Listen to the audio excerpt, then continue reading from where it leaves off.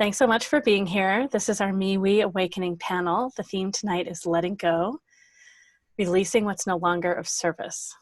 So we've had these awakening panels online now for the last few months. We've had them in person, versions of them in person for several years. We started having fairs at my house in Portland about six and a half, probably 6 years ago.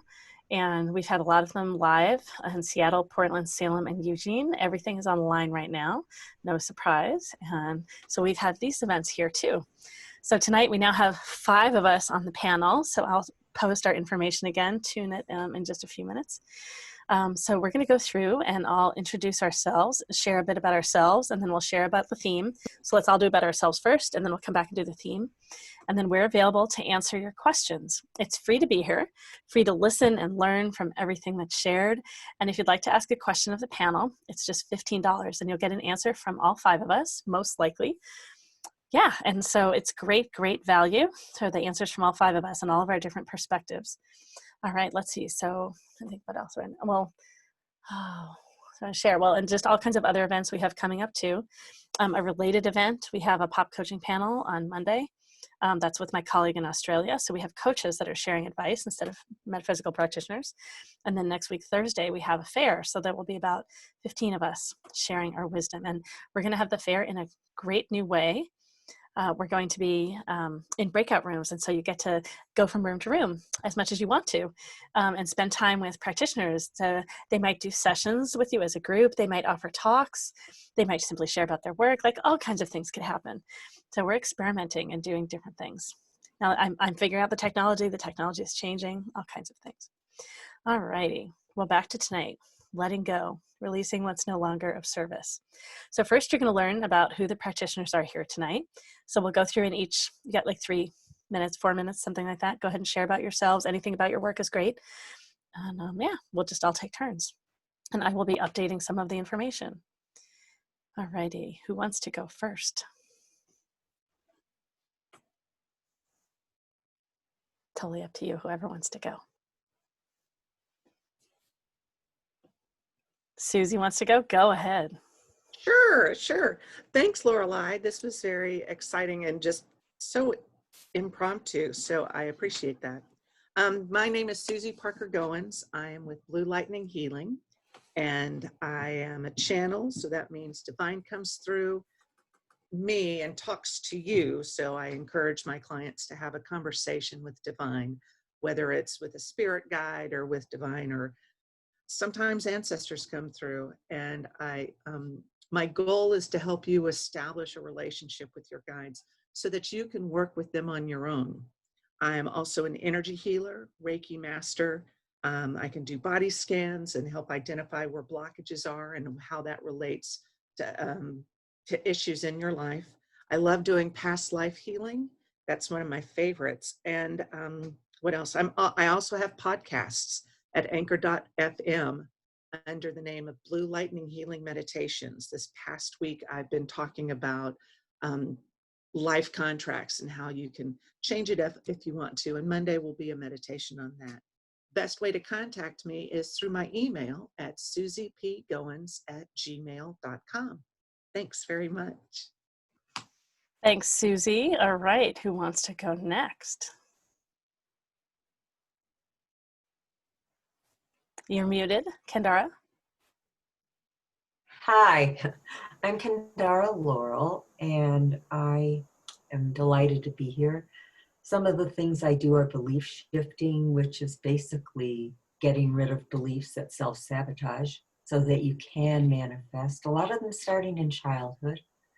I do intuitive readings, I Ching, tarot. I'm delighted to be here. I also have an introduction to metaphysics meetup, which has speakers come in from all over and speak on anything metaphysical. Today we had someone talking about the Akashic records. My special is $1 a minute. That's about a third off, and I can be reached by email, kendaralaurel@gmail.com, or on my website, kendaralaurel.com, and looking forward to meeting people and answering questions. Thanks. Thanks, Kendara. All right, great. Who else wants? And you can share longer, y'all, if you want to, but it's fine to have it be short. And we may go around, do a second round too. Who else wants to go? And I just put the link, by the way, where our intro video is in case anyone else wants to help forward it. Yeah, Satora, Galactic Ashley, want to go? Okay, I'll go. Thanks. So I'm Satora with Well of Love. I'm an energy healer and a channel. And my superpowers are that I am a playful, creative, love field generator, growth catalyst. And love field generator means that in a session with me, you enter a field of unconditional love that comes through with the energy work, with the beings I work. And I work with the divine feminine mostly, or that's a strong energy that comes through. And the gift is to create this loving embrace where you can just relax and be yourself and be allowed to be yourself, where all of you is welcome and all of you can, anything that wants to arise in the moment can arise and be loved.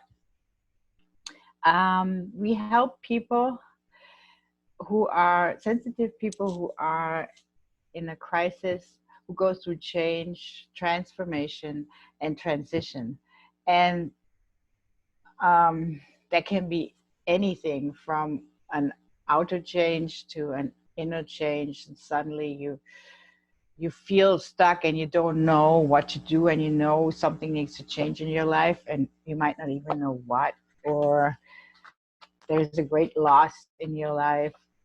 It could be a person, it could be a relationship, it could be a job, it could be anything. So and the healing, the energy modality that is the one that came through me or comes through me is called quantum energetic realignment. And it is basically pure divine love in many different qualities. And it is wonderful in challenging times because it can take the edge off and it can make transitions much smoother. I also have many tools to help through challenging times because I've had a lot in my life, and I feel like my life is a constant transition. I go from one to like, small and big. So I've gathered a lot of tools over time to help through and make it smoother, that it doesn't have to be so hard, and that it's a process that can be embraced. So when you come out of it and look back, you've changed and you've gained something, and you may be a different person, and in a way that you are more of who you want to be or who you really are. So this is, I'm Satora with Well of Love, and my special is 50% off I do energy healing sessions or channeled readings. And you can reach me at my email, which is here, freesatora@gmail.com. I hope you can read this. Okay. Thank you so much, and I look forward to interacting and connecting and to your questions. Thanks, Satora. All right, great. And Galactic Ashley, if you're ready to go. Hi, I am Galactic Ashley, and I channel divine guidance for star seeds, connecting them to their star families and galactic lineages. I primarily use light language frequencies to work with your cosmic connections in order to facilitate high frequency healing transmissions and encoded activations. And I personally use light language every single day in a variety of instances. And I also do a lot of galactic light energy drawings, which I can find some to show you later. But light language can be expressed through our bodies, through our voices, through song, through signing, so through dance. And I have a 10-week light language program that is coming up. They are one of my galactic intensives, and there are still a few seats left, and I have a 10% code that you guys can use to sign up. And there are also payment plans available. So if that helps, go ahead and just reach out to me. You can email me at info@galacticashley.com. You can find me online, galacticashley.com, or Instagram and Facebook. And I'm always excited to be a part of these awakening panels because they're fun. And so that's all. Thank you. Great, thanks so much. All right. So I'm Lorelei Shamayo. I'm an intuitive eye reader. I think that we all read eyes all the time. An example of how you can sense this in yourself is think about a time that you met someone with dark sunglasses where you can't see their eyes. You're aware that so much is missing. Sometimes it's very frustrating. And as soon as you see their eyes, just immediately, there's so much more that's there. So we all take in so much about each other so quickly through our eyes. We don't realize, though, what it is we're taking in. We recognize it subconsciously or intuitively. So to make it more conscious, to make it tangible, to allow us to better understand ourselves and what comes through our eyes and to understand others, as in eyes are a window to the soul, I use a set of archetypes called Thrive Types to describe what I see in your eyes, to describe your soul. So it's a soul reading. I'm able to help you discern your purpose and make great choices about all kinds of things, how to better understand yourself, come to appreciate and love yourself, see where your next lessons are and how to step through them more easily. And how to love yourself as you are and how to more deeply express your potential. Make great choices in terms of career to line it up with your life purpose. I use this for matchmaking so that you choose partners that are great for you if you want to, soulmates. To understand the people you're in relationship with. It might be a romantic partner or your kids or your parents or your coworkers, all kinds of things, right? Understanding your eyes and their eyes and what's easy and what's challenging and why, and then what to do about it. How to have things be easier, how to have more of what you want. I also do body psychology coaching. The body psychology is that our bodies give us so much information all the time about what we're experiencing. And we just think, for example, it's an itch, it's just an itch. But often, almost maybe 95% of the time, it's actually a feeling that we're experiencing and our body is attempting to give us a signal, right? So if I suddenly am all itchy right here, it might be I don't like something. So my body is trying to tell me I'm touching myself in the anger zone, right? So what do I want? What do I not want? Or it might be that someone, when they speak, some of these, like we're used to some forms of body language. If someone is speaking and they're constantly kinking their neck, they're blocking their expression. I mean, chances are there's something growing up where it wasn't safe for them to express, and they learned to do this as a survival strategy, and that's great. And now, are you safe? Can you discover that you're safe? What is it like to unkink and to express fully? You know, I'm not saying it's a light switch, but these are clues. Our body gives us clues all the time. There are ways, for example, and I'm sure that we'll look at this tonight, when we're caught up in the past, a lot of people call it cords or just emotional connections. We can have connections in our brain. We can feel scared to let someone go. There are ways we can physically move in our bodies and different things we can say, and we can unwind these things. We can choose to. And our body is a great resource for having this happen. So those are some of the tools that I do with my eye readings and my body psychology coaching. My eye readings help me understand what's going on, provide lots of understanding to people, and then the body psychology coaching is often what I use to help us move through those lessons and shift. Oh, you can find out more about me at LorelaiShamayo.com. It's LaurelaiShamayo.com. And that links to all my other websites, including the website for this event, MeWeFairs.com. It's MEWEFAIRS.com.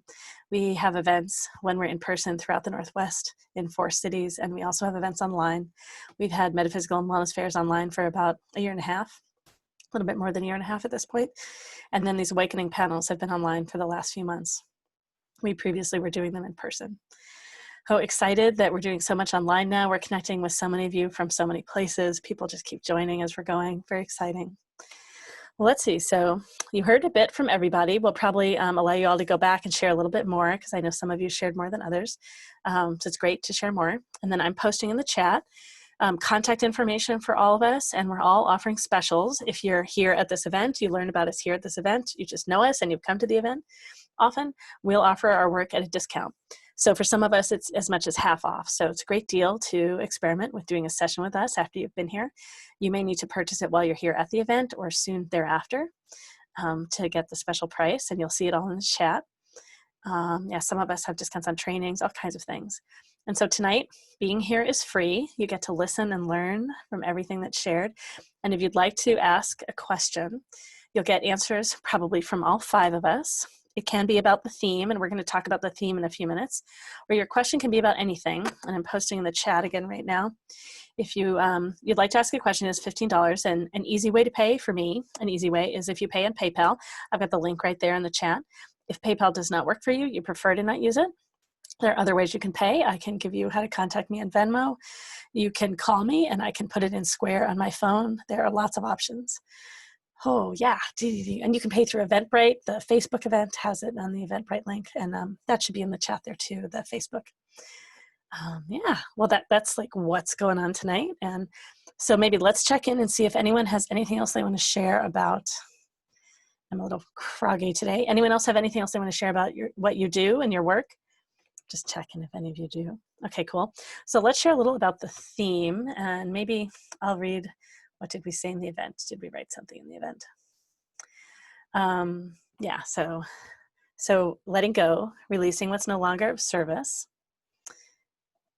And let's see. So what are you ready to release? Where are you done? Where are you ready to stop? What do you need or want? Sorry, what do you need or need to drop or end or make space for what's next? What skin must be shed for this next stage of growth? What cords to cut? What stories are you willing to let go?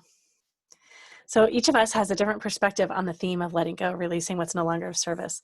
So you'll get to hear a bit from each of us about the theme, and then we'll be taking your questions. So who would like to share first about the theme? Totally up to you all. Yeah, go ahead, Sadora, go ahead. I love this theme because it's like my daily bread, letting go and letting go. The first thing I would like to talk about is for my own history, that there is a huge difference between lovingly letting go what doesn't serve us any longer and wanting to get rid of something because it doesn't fit in the picture of the perfect person that we think we have to be or that we aspire to be. Many years on my spiritual path, I tried to turn myself into this perfect spiritual adept or person, and you have all these ideas like you gotta be nice, you can't be angry, you have to be buff, transcend this, let that go. Yeah, this whole idea, and it wasn't even directly defined. It wasn't like I had a bullet list in my head that I could check off. It was just a vague thing in my head. And then I was all forever trying to make myself like that. And whatever wasn't like that was not welcome. It was bad. And I wanted to get rid of it. And that was my goal, was to get rid of parts of me that were not fitting my own picture of who I thought I should be. And recently I have learned a new approach of when something is ready to be let go, I will know. But my main, it will come up. And the process of letting go for me is to welcome it first. Welcome whatever arises, everything in me, even if it's like really bad emotions, bad. Everything is welcome and it is there for a reason. And it is a creation of mine, a part of mine. And then by being welcomed and loved and accepted and allowed to be there, it can be let go. Because all these energies that are so intense and negative. I don't like all these words. I just don't really know how to replace them. That are discordant and don't serve us any longer in the moment, and they have served us in the past for some reason, for something, but now maybe there are other ways, and we have grown and we have new ways. So this arises like jealousy in the moment. And by welcoming it and thanking it, because whatever is in us has served us in some way, and we may have needed it to survive at some point. And now its time is gone and it's over and it can retire. And so we can thank it and welcome it and love it. And the letting go is more, for me, is more surrendering it to love. I'm all about love. So, yeah, surrendering it to love, because that energy, that part of us may be tired and it may not be want to be jealous anymore, or it has worked so hard or has been hidden for so long in us, and all it wants is want to be seen and acknowledged and loved, and then it's ready to go and go back to love and be recycled as and come back to source. It's like a, to me, it's, I see it as a divine recycling system. The emotions, the patterns that don't serve us any longer, they go back into the divine recycling bin, go back to source, and where they become the original divine energy, and then they can come back to you, and we can create what we want and what is more in alignment for us in the moment out of it. So yeah, that's a very important part, is when we want to let go of something, where am I coming from? Am I coming from love and alignment, and oh, this just is not in alignment anymore? Or am I coming from, oh, I shouldn't be that way, or I shouldn't have this, or I should be different?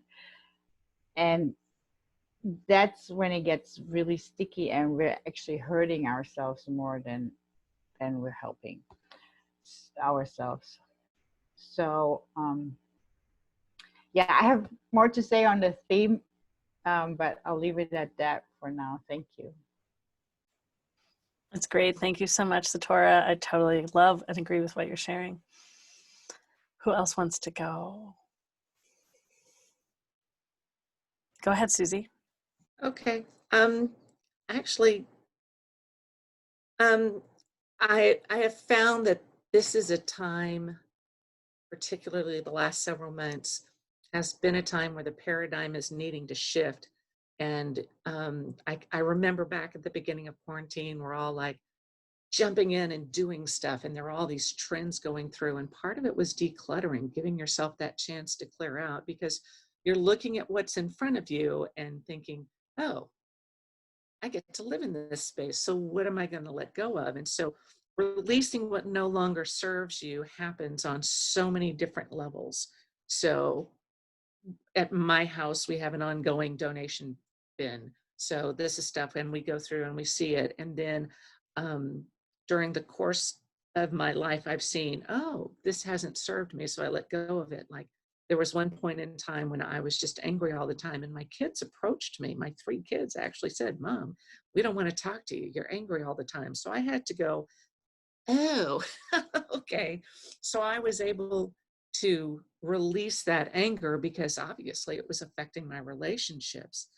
More recently, my husband and my daughter have been applying to get a dog, and I realized part of it, why we weren't making any progress in it, was that I was still so very attached to a dog we had a long time ago. So I had to talk with the dog, and I said, you've been a great dog, not the best dog ever, because that was what was holding us back. So I released the dog. And so release happens on so many different levels in so many different ways.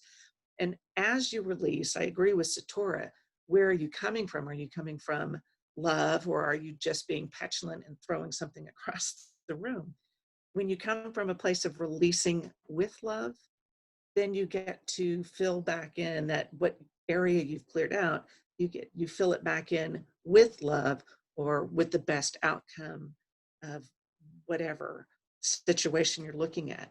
Yes, it does take practice. So maybe if you do just look at it and don't try to tackle the whole house, whether it's your actual home or the house that's in your head or your heart house or whatever, just look at something and you know, that whole Marie Kondo yourself and just look at it. Is this bringing me joy anymore? And if it's not, it's okay to let it go, and then filling it back in with something that is helpful for you. Let me look. Okay. Because it's easy to think. I made a note saying hoarding mentality. It's easy to think that the box that you've put yourself in is warm and cozy, but is it really comfortable if it is crowded with all of these old paradigms, these old thought processes, these old habits? Is it really comfortable? And if you're ready to break through and to release that stuff, to clean out that mental box you've put yourself in, imagine yourself, say 10 years in advance, and see this is your opportunity to present yourself as your best self and see how you got through it. And you can talk to your future self and say, okay, what did I clear out? What did I let go of? How did I become you, being the best self, being my ideal self? And it's an interesting meditation to do, and you'll find out some fascinating things. May even pave the way for you to go through and do this a lot more easily. Um, and I don't think I'm not at a place where I can say, oh, I've let go of everything that doesn't serve me anymore. I still have a lot of stuff to work on, but it doesn't mean you can't go back and look at your progress and see what you've done. You get to congratulate yourself on it, and that will build that positivity, that reinforcement to encourage you to continue on your path. So yeah, thanks. Great, thank you. I love all these different perspectives. This is great. I love it all. All right, well, let's see, Galactic Ashley or Kandara. And Kandara, are you okay? You might be preparing. I can talk. That's Go it. ahead. I can always talk. I sometimes I think letting go, or my favorite phrase is resistance is futile. Even though we all have it in certain degrees within us, it's sort of it to me it is the ascension path. It's part of why we've even incarnated on a planet with polarities, and why our human selves are really have difficulties with this black and white idea, this which is part of an old paradigm. And so a lot of times the beings, and it's how I can tell the type of being that I'm channeling if I weren't able to feel anything. You can tell by the language that's used, because they never say anything is good or bad. Everything just is. And I prefer to use the term non-beneficial energy. Not because I'm afraid of saying the word negative, but it helps me to sort of neutralize things.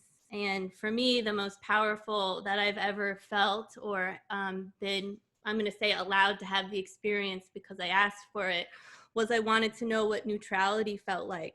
And I was given this gift of these few moments of basically being able to fully experience what it means to be completely neutral in thought. And it was like the most expansive, most powerful that I've ever felt, because you can still feel everything, but you understand everything, but there's literally no attachment. And so I believe, and have come to grow into believing, that really that's what we are seeking, is this idea of non-attachment. And when we can be in this space of empowerment, of not having an attachment to whether it's good or bad is when we can really experience our full and expansive selves. And it's really easy to say this, and it's like another thing to like actually do, right? Like do in our life. And part of that is because our most, I'm going to say, dangerous like belief systems are the ones that are completely buried in our subconscious or completely unconscious to us. Those almost have the most power over us because we're not even aware that we have them. And these can stem from childhood or other lifetimes. And so oftentimes I will use light language to help me to uncover those, because light language will bypass our brains. And I believe that our mind and our brains are different. Our brain is very attached to this human body, and our mind can be and is attached like with our heart field and is a part of our higher selves and is a part of when our soul incarnates in various lifetimes. We still sort of have these similar personalities within us, and that's sort of what our mind is. So when we can bypass, I'm going to say, sort of work around the ego, even though there's nothing wrong with the ego. I'm not somebody that believes in killing the ego. When we use light language is one of many tools, but to bring up what is within our unconscious, or to even work with something that we're not even fully or entirely aware of. And this probably might align with what Susie was saying about talking to your future self.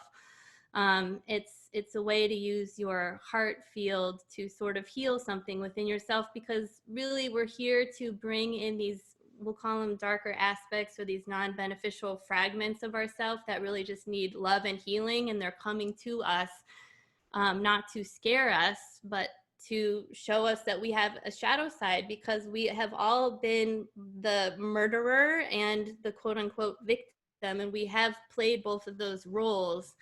And I was shown a lifetime where I was like a priestess in some place or space. But what I was doing when people were coming to be sacrificed is I was downloading all of these lifetimes into my system as if they're mine, because they are, because there really is no separation, right? So even I believe that if I'm interacting with Susie, I'm probably taking on, or at least experiencing, some of her other aspects, because on some other level we've agreed that I can have these other downloaded experiences through someone else, which helps me understand this planet better.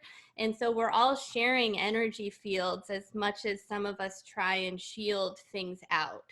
So I find that when we understand, and I guess this really comes down to what a sacred no is and what a sacred yes is within us, we can explore our energy as much as we want, because we can say no and the energy will stop, and we can say yes and the energy will continue, and we're never ever disconnected.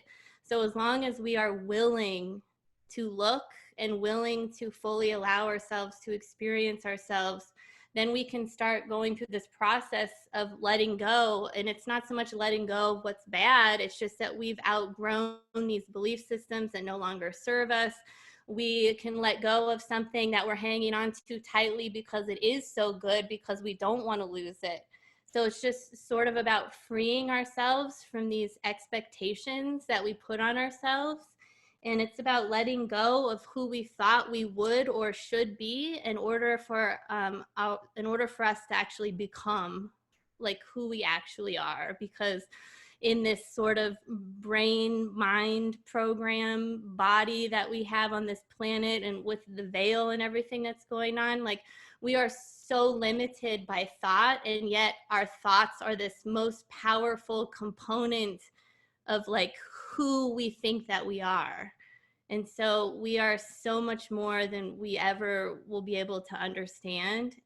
Belief systems, however, I do believe are important, right? Because as long as you know that they're a temporary construct for us to work within, so that we can expand beyond them, like the Matryoshka dolls, like we're these never-ending Matryoshka dolls that we can just sort of break through the glass ceiling, break through the glass ceiling, break through the glass ceiling, and that this is part of the ascension process, and that we're constantly going to be letting go, and we're constantly going to be having new belief systems, and things are going to be changing.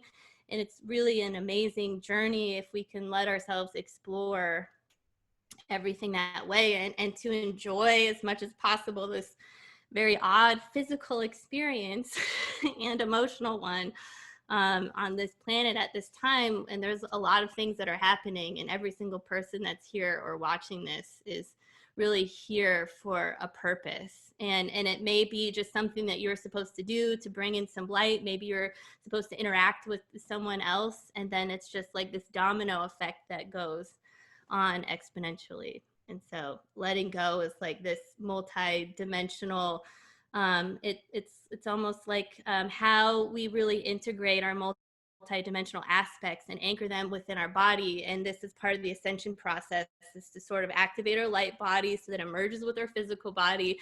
So the more that we let go, the more that we are open, we can anchor these multi-dimensional aspects which want to come in to help and assist us and merge with our energy, so that we have access to all of these gifts that are already within us, that are within our soul, but we tend to block them consciously and unconsciously, sometimes for fear. But I will just stop there. But it is very interesting, all of it. That's great. Thank you so much, Galactic Ashley. All right, Kendara, are you set to go? You're muted. Kendara, you're muted. I'm just gonna gather my thoughts a little more, and I'll be ready. Okay, sure. Go ahead. All right, I will share. Okay, so yeah, I'm Lorelei Shamayo. I'm the intuitive eye reader and body psychology coach. Oh, well, letting go. Definitely one of the things that I think about are the idea of like, if I had a ball, like that I'm the one holding it, and I'm the one that has the power to let it go. Any belief that I have, I'm the one that's holding it, and I can let it go. One of the lines that's come up for me a number of times is remembering to forget. Like, I discover that I go through layers with sometimes the same lesson or the same belief, where I learn something and I forget that I learned it, or how should I say, some belief, some situation, and I loosen and it flows, and then I discover that I'm holding onto it and clinging again. And I tease, like, remembering to forget, like, oh yeah, I don't need that now. Forget about that, loosen that, let that float away. So I think there's so much that we know. We come in knowing so much, and there are so many ways that we cover over our knowing. In so many ways, life is about allowing our deep knowing to resurface, letting ourselves take off all the things that we've put over in the way. And others have shared, I think that loving ourselves in the process is so important. Like, our whole being, it's doing the best that it knows how all the time. Everything that we do with the aim of being in service to ourselves, to others, the most we know how. We make mistakes. Sometimes people do things that have, there's a lot of pain that others experience. And I still believe that all the people are showing up in the best way they know how. I'm thinking of particular people that are in the news a ton. They're doing the best they know how, confusing it may seem. And for me, if I can be in that loving space, it makes it much easier for me to let go. I totally get attached. This gripping or grasping, right? Like a model of attachment. Right? I'm, all kinds of things. I mean, it's just an endless journey of discovering where I'm attached and where I might. I don't need to see the world in the way that I'm seeing the world. I don't need to see me in the way that I'm seeing me. The Chinese finger puzzle is one of the models that I often use too. If you're familiar with the Chinese finger puzzle, it's a little tube, and the idea is if you put your fingers in and you go to pull your fingers out, it's a weave that actually tightens on your fingers as you pull your fingers apart, so it locks down on your fingers. And I think that, like Sator was saying, the context, where you come from, matters so much.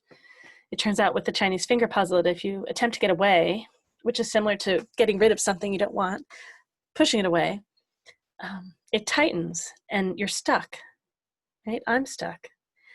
And if I face it, if I'm able to say, oh, Okay, this is here.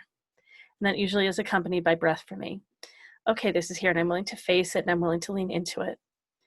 The Chinese finger puzzle loosens. And now I can slip out. I've loosened whatever I felt so stuck in.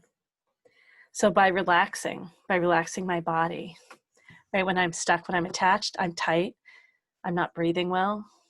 When I'm able to shift my body, my breathing deepens, and all sorts of things loosen. Yeah. Lots of big attachments come up. Think of, just endless things. See if there are any big,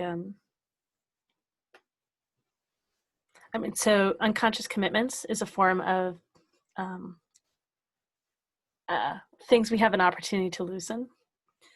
Like, what are we committed to? Whatever repeats, anything that happens, say 3 times, there's always an opportunity to see what is our part. How am I creating this? Not to blame ourselves, to see the opportunities where we can shift, where we have an impact, where we have an opportunity to have an impact. Yeah, so if something happens more than, 3 or more times, it's ours. Oh, and then there are, I think, things that we so want, like in various ways of manifestation. Sometimes I think we can get caught up so much in I want. And there's a not an I have, like an owning that I have, right? The owning I have this brings in that relaxation and that openness. I use 3 levels of manifestation too, so that's 1. But when we sometimes, if we have this, like I want, but we tighten up as we want it, it's actually where we don't believe that we're worthy of, don't deserve. So we have a belief that we can't have it. So we're the ones pushing it and keeping it away.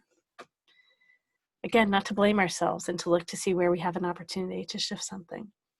And I believe that opening to things, it's great. Sometimes we make huge leaps and we open in huge ways all at once. And sometimes it's great to look for what are the little ways that we can open to build towards a bigger opening. There's a little bit of what I see. I maybe also just share the idea of what fires together, wires together in our brains. So how our neurons get connected up, and one way is that beliefs get connected to each other physically. We can unwind our brain. We can create new connections. There are all kinds of modalities, some that I don't know, that I don't use, like EMDR and tapping. And I have another colleague that does all kinds of different body movements for the 2 sides of the brain that does something similar. I have some movements that involve different sides of the body that I use. But these are all kinds of ways that we can unwind the neural connections and let go what was of service at one time and isn't anymore. So all kinds of physical ways we can go about it, emotional ways, all kinds of spiritual, energetic ways. Yeah, so much that you'll learn about tonight. All right, well, there's a bit from me on letting go, and Kandara, you're next. And you're muted again. Great. I am unmuted. I'm Kandara, and one of the things I really like to do is called belief shifting. And it goes back to Gay Hendricks, who believes that a lot of our self-sabotaging beliefs start in childhood because we're trying to agree with the people who are raising us. I also like to help people identify ways to change these self-sabotaging beliefs into manifesting what they want, because a lot of it is messages we give ourselves. For instance, the mind doesn't even register negatives. So when we say something like, I don't want this to happen, and we imagine it happening, we see it happening, the mind goes, oh, she really wants it to happen. And there's so many wonderful tools that you can use to get out of this. One is tapping, as Lorelei mentioned. Meditation, absolutely meditation, connecting with your higher self. And I think a lot of the letting go of the things that no longer serve you start with accepting and recognizing that at one time it did have a purpose and it's protecting us rather than sabotaging that part. There's an exercise that I love to do where you talk to your ego, the part of you that's trying to protect you, because that's really what all the ego does. It when you think, oh, I can't do this, or no, this isn't going to work, the ego says, well, you never did this before. What makes you think you can do it now? And you just listen to it and go, okay, I hear you. And go, oh, she hears me. Yeah, now help me do this. So I think really a sabotaging, self-defeating belief or behavior only lasts as long as it's serving us. Even if it's serving us in a negative way. Once we're ready to let go of it, we can go to the next step. It's been said that a butterfly becomes a butterfly when it's tired of being a caterpillar on its belly. And I'm just delighted to be here. So thank you for the opportunity. Thanks so much, Kendora. All right, practitioners, anything else you want to jump in and share about you and your background or about the theme? Just if anyone thought of anything else, you're welcome to share. Okay, great. All right, we are here to answer your questions. So we posted in the chat. It's great if you can pay by PayPal. So it's free to be here, free to listen, free to learn. It's $15 to ask a question of all 5 of us. Probably all 5 of us will answer. It can be about letting go. Chances are we'll answer your question in some way connected to letting go. You can ask us anything. You can ask us the subject on any area of life, work, relationships, anything at all, spirituality, opening to your intuition, anything. Chances are we'll share something about letting go because it's tonight. So, yeah. The irony, right, is letting go is also, as it's about embracing, right, and that acceptance and getting closer to. So letting go is really also its opposite. And we have a few people in line that have already decided they want to ask questions. And so Susie, thank you so much for joining us tonight. I want to mention Susie just happened to sign up first. So I just want to let you know you're on the list here. And then we have Chelsea and Julie. And so Susie, if you want, you can go first. You can wait until later. It's totally great, whatever you want to do. I was going to let other folks go in first, so I'm fine waiting. Thank you. That's great. Cool. All right. So Chelsea or Julie. So Chelsea signed up first, but are you ready? And I want to remind you one thing, that this is being recorded. So just be aware of that if you wanted to do, and we're going to post it online. So if you wanted to do something private, that's the opportunity to do a private session with our practitioners. And okay, Chelsea, sorry. Let me say a couple short things first. So you'll ask a question and we may go deeper than you want us to go in this forum, or we might talk about other topics in your life than what you first asked about. And we want to honor you. That's not okay. Please let us know. Speak up with your voice, turn on your video, wave your hands, write in the chat, anything to let us know. So we want to honor you. And then I encourage all of you to listen with ears to see what is here for you. How can this be of service to you that you're here tonight? And then also, we believe everyone's intuitive. And so when someone asks a question or when we're answering, something may come through you and for the person that asked the question. And we request that you leave the attention up on the panel with the practitioners tonight, the panel of practitioners. And then if you want to, maybe write down what comes through. Sometimes they don't stay. And then if you want to, when the person is done having their question answered by the panel, you could write them privately in chat and ask them if they'd like to know what came through for you. But please honor whatever answer they give you. They may be full and they may not want anything more right now. So just trust that it came through you for a reason, for you to have that. All right, so Chelsea, so thanks for letting me share just a little bit of logistics there. And yeah, come on in and ask your question. You can turn on your video if you want to, you don't have to. And I'll mention too, I'm an eye reader, so I love to see your eyes, but you can always send me a text of a photo if you want to, and I'm still letting more people in. There's a lot of light behind me. Ooh, all right, we get to see you, exciting. Okay, cool. Let's go like that.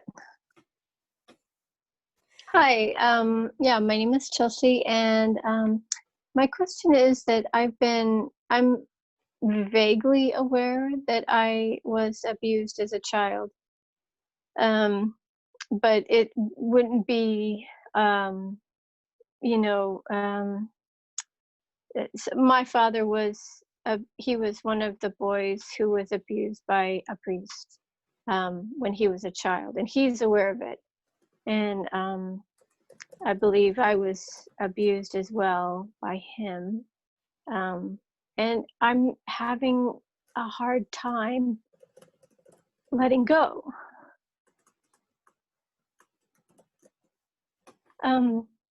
Occasionally I hear this internal scream Um, but one of the readers said that, and I resonated with it, of having to be perfect, having to be, um, so I just would like to know what can I work on? Even that you can tell by my question and how I say it, um, to start the process of letting go, because I'm just having a hard time. Sorry. It's totally okay. Totally okay. Yeah, and I just want to be with you if you're able, if you just breathe for a bit with all this. Yeah, and I know Susie's signed up. Susie's ready to go. I want to say too that just I was abused as a child, and it's really vague. Some of it I know, and some of it's really vague. And this is just, it's a big journey to be with this. So you've got company here. Thank Right? you. You probably have a lot of company here. Right? Lots of layers of the onion. Yeah. Okay. Yeah. Great. Okay. So, and please, if this is recorded and you can come back and you can listen later. So if you don't take it all in right now, that's okay. And if you want us to slow down at any point, please just let us know. Yeah. Okay, great. We've got Susie and Satora in line. Yeah, and if there's anything else that you want to share as we're going through, or any questions you have, just feel free to jump in and share. Okay? Thank you. Yeah, go ahead, Susie. Thank you so much, Chelsea, for trusting us. I understand this is a really big step to open up about this. But first and foremost, I would like you to understand, or at least start working on understanding, that it wasn't your fault. It was never your fault. And I can see where with your father, that was how he learned to show emotion. And you are taking a step in the absolute right direction of learning to understand what real and true love language is. So I ask you to start applying love language to yourself. That feeling of needing to be of needing to be perfect, that is a survival technique that is used by assault survivors. So I don't feel that your father is still around, is he? Yeah, he lives far away from here. Okay. So with that, you can start to live your life and reclaim your power from him. I honestly struggle with this whole forgiveness thing. Not that I don't forgive, but I grew up in a church where it's like you forgave and you went on and you moved on. And to me, that meant I condoned behavior. And in something like this, I don't condone that behavior. But if you see forgiveness as being reclaiming your power from him, reclaiming that energy from him, because let's face it, he kind of held it hostage. So if you can just take back your energy from him, that would be a first step to fill in those parts of your heart that were broken by this, and do something that makes you feel happy. And if it's sloppy and if it's not perfect, that's not for him. You're looking at doing those things that make you feel better. So again, I thank you, and I wish you so much success in this endeavor. And I am happy to send energy to you and send you love. And, all the guides come swooping in to help you when you need it. So you ask for that. This is one of those times where you ask for the help and it will come to you. Guides are not going to just swoop in and bust the door down, because that takes away your free will. And that's a part of what the abuse was about, was taking away your free will. So I encourage you to develop. I feel Archangel Michael really strongly, and he's like, let me at him. It's like, you're now officially his girl, and he will stand with you. But asking for his participation in your healing. Mother Mary wants to come through and help you too. She was a healer in her own right. And so she can come through. Even the Magdalene, Mary Magdalene, will come through. She is one of those who has been bad-mouthed by so many people, when in fact she was completely different than what the PR says about her. But you've got this whole group of guides willing to come in to hold your heart and to help you reclaim that power, to reclaim your energy from him. Thank So you. I bless you. I bless you. Thank you very much. Does it make sense? Does it help? Okay. Yeah, it's right on. Yeah. Right. All right, Satora. Thank you, Chelsea, for having the courage to ask this question. And I so resonate with it. When you said there's something in you that screams, I'm just going to share some of my own experience, because I was sexually abused by my father at age 2. And there was always, or not all, very often I could feel something in me screaming. It was just like something's just screaming in me. And in the beginning, I thought, I became aware of it when I did a hypnosis session with someone quite a few years ago. And I thought, oh yeah, no big deal. Lots of people have been sexually abused. And I'm on a spiritual path, and it's no big deal. Until I went to a dance workshop where it's all about sexual energy. And in one session, I completely lost it. When it was all about the male energy, I broke up crying, and I had to leave, and I couldn't go back. And it was very clear there's something in me that really needs healing, and it's really affecting me. So I set out to heal it, and I needed help. I went to my favorite energy healer, who is also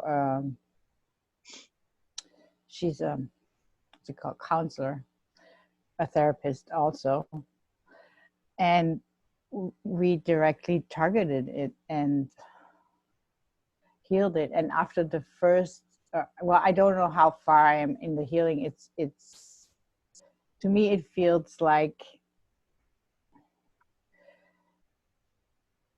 the bulk of it is healed in me, and yet I do discover new layers just recently, just actually this morning. But the bulk of it is for me has cleared. And so after the first session we did, this part of me that was always screaming, it was gone. It stopped. I didn't even know it was possible to live. I thought that's just part of being me, is having this screaming in me. And it went away. It was healed. So to me, in my experience, sexual abuse in childhood is very serious. And I would recommend you get help, somebody you trust. I mean, you could do yeah. Oh, sorry, you cut out for a second. Okay, were you gonna say something? No, you cut out for a second. I couldn't. I hear you now. Okay, thank you.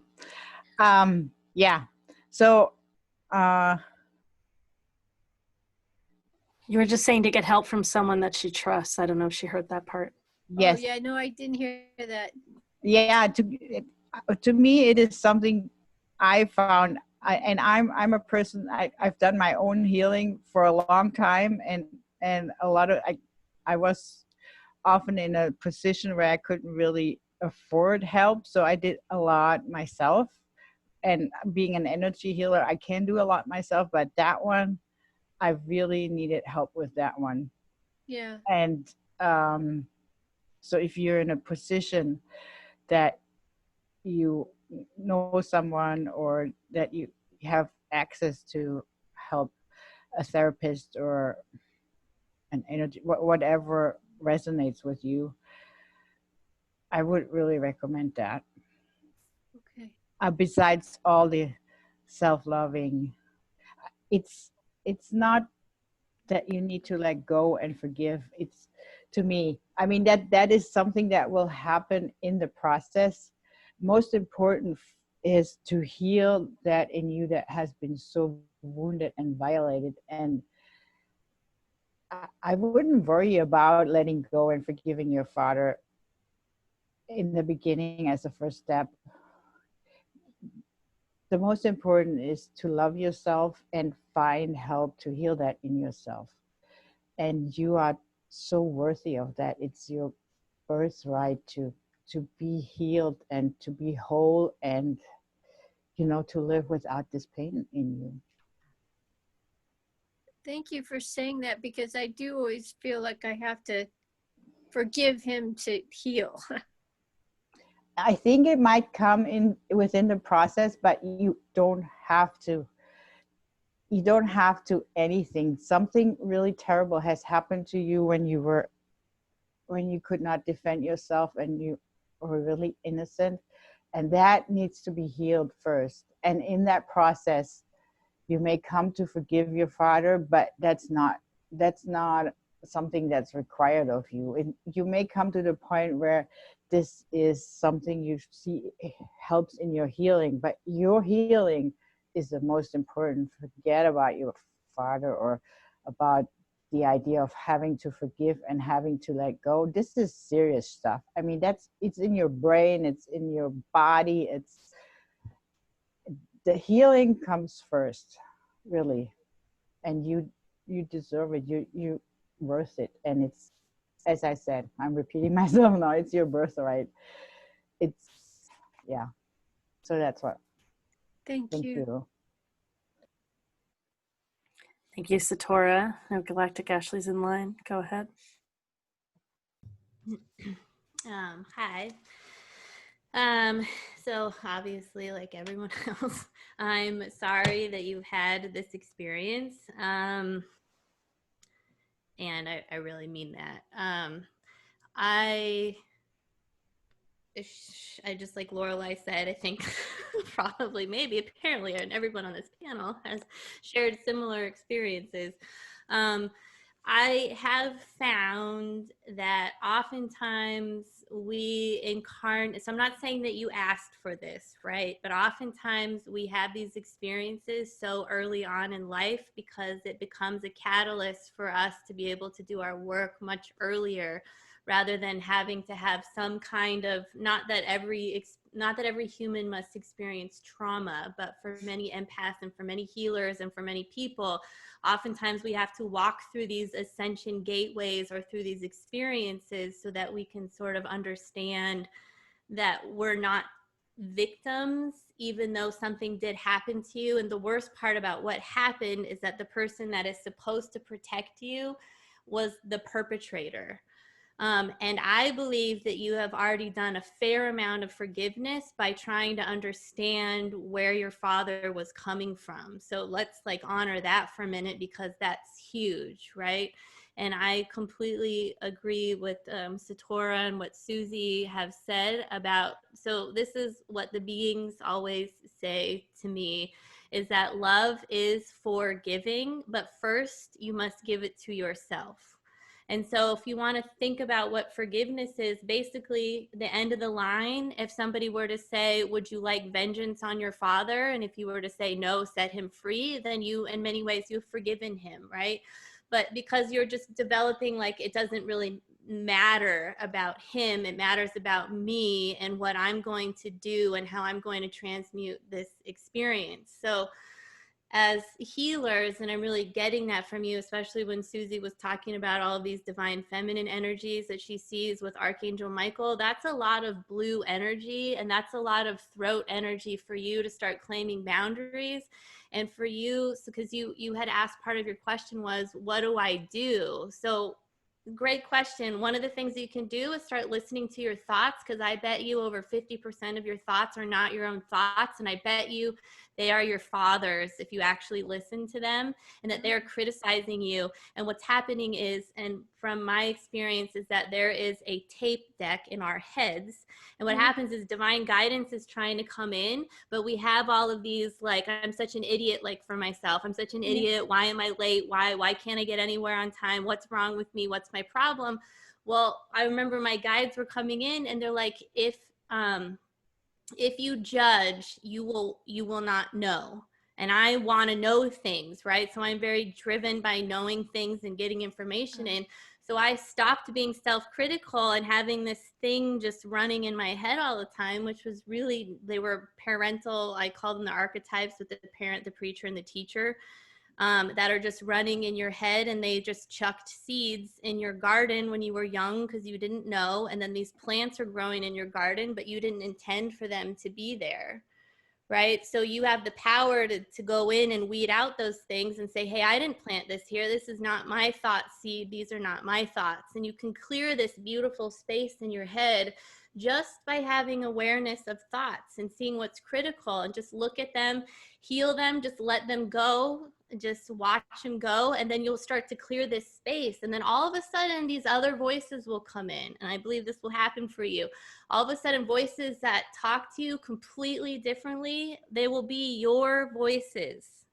Other aspects of yourself, your own divine guidance source, will come in, and you will start hearing a different sound and a different voice, and things will start changing around you. Now, I also had and grew up with this, I call it golden child syndrome, where it's like, if I am the best and I am the all-star athlete and I am perfect and I don't do anything wrong and I study really hard, even though I have ADHD and was diagnosed with all these other things, I was so driven and I tried so hard, because by being in the spotlight, I was really hiding, because I was keeping negative like energy away from me. My parents weren't like paying attention to me because I was being perfect, right? So there was no complaint. So the problem is then when you're going forward in life, this becomes a really big energy block of resistance, because then we want to be 110% ready before we take a step. And this is very common for women in general. Like a man, and this is very stereotypical, right? So just take a deep breath, everyone. A man will apply for a job when he's 75% or 60% qualified, knowing he'll learn for 40%, like learn the other 40% on the job. He'll say that he's trained and ready, and he'll ask for more money. A woman won't even apply for the job when she's 95% ready, because she's not 100% ready, and then she'll take 10% less than what they're offering her. Right? So this all comes to like value and self-worth, which is really, I'm going to say it's part of the dark forces, right?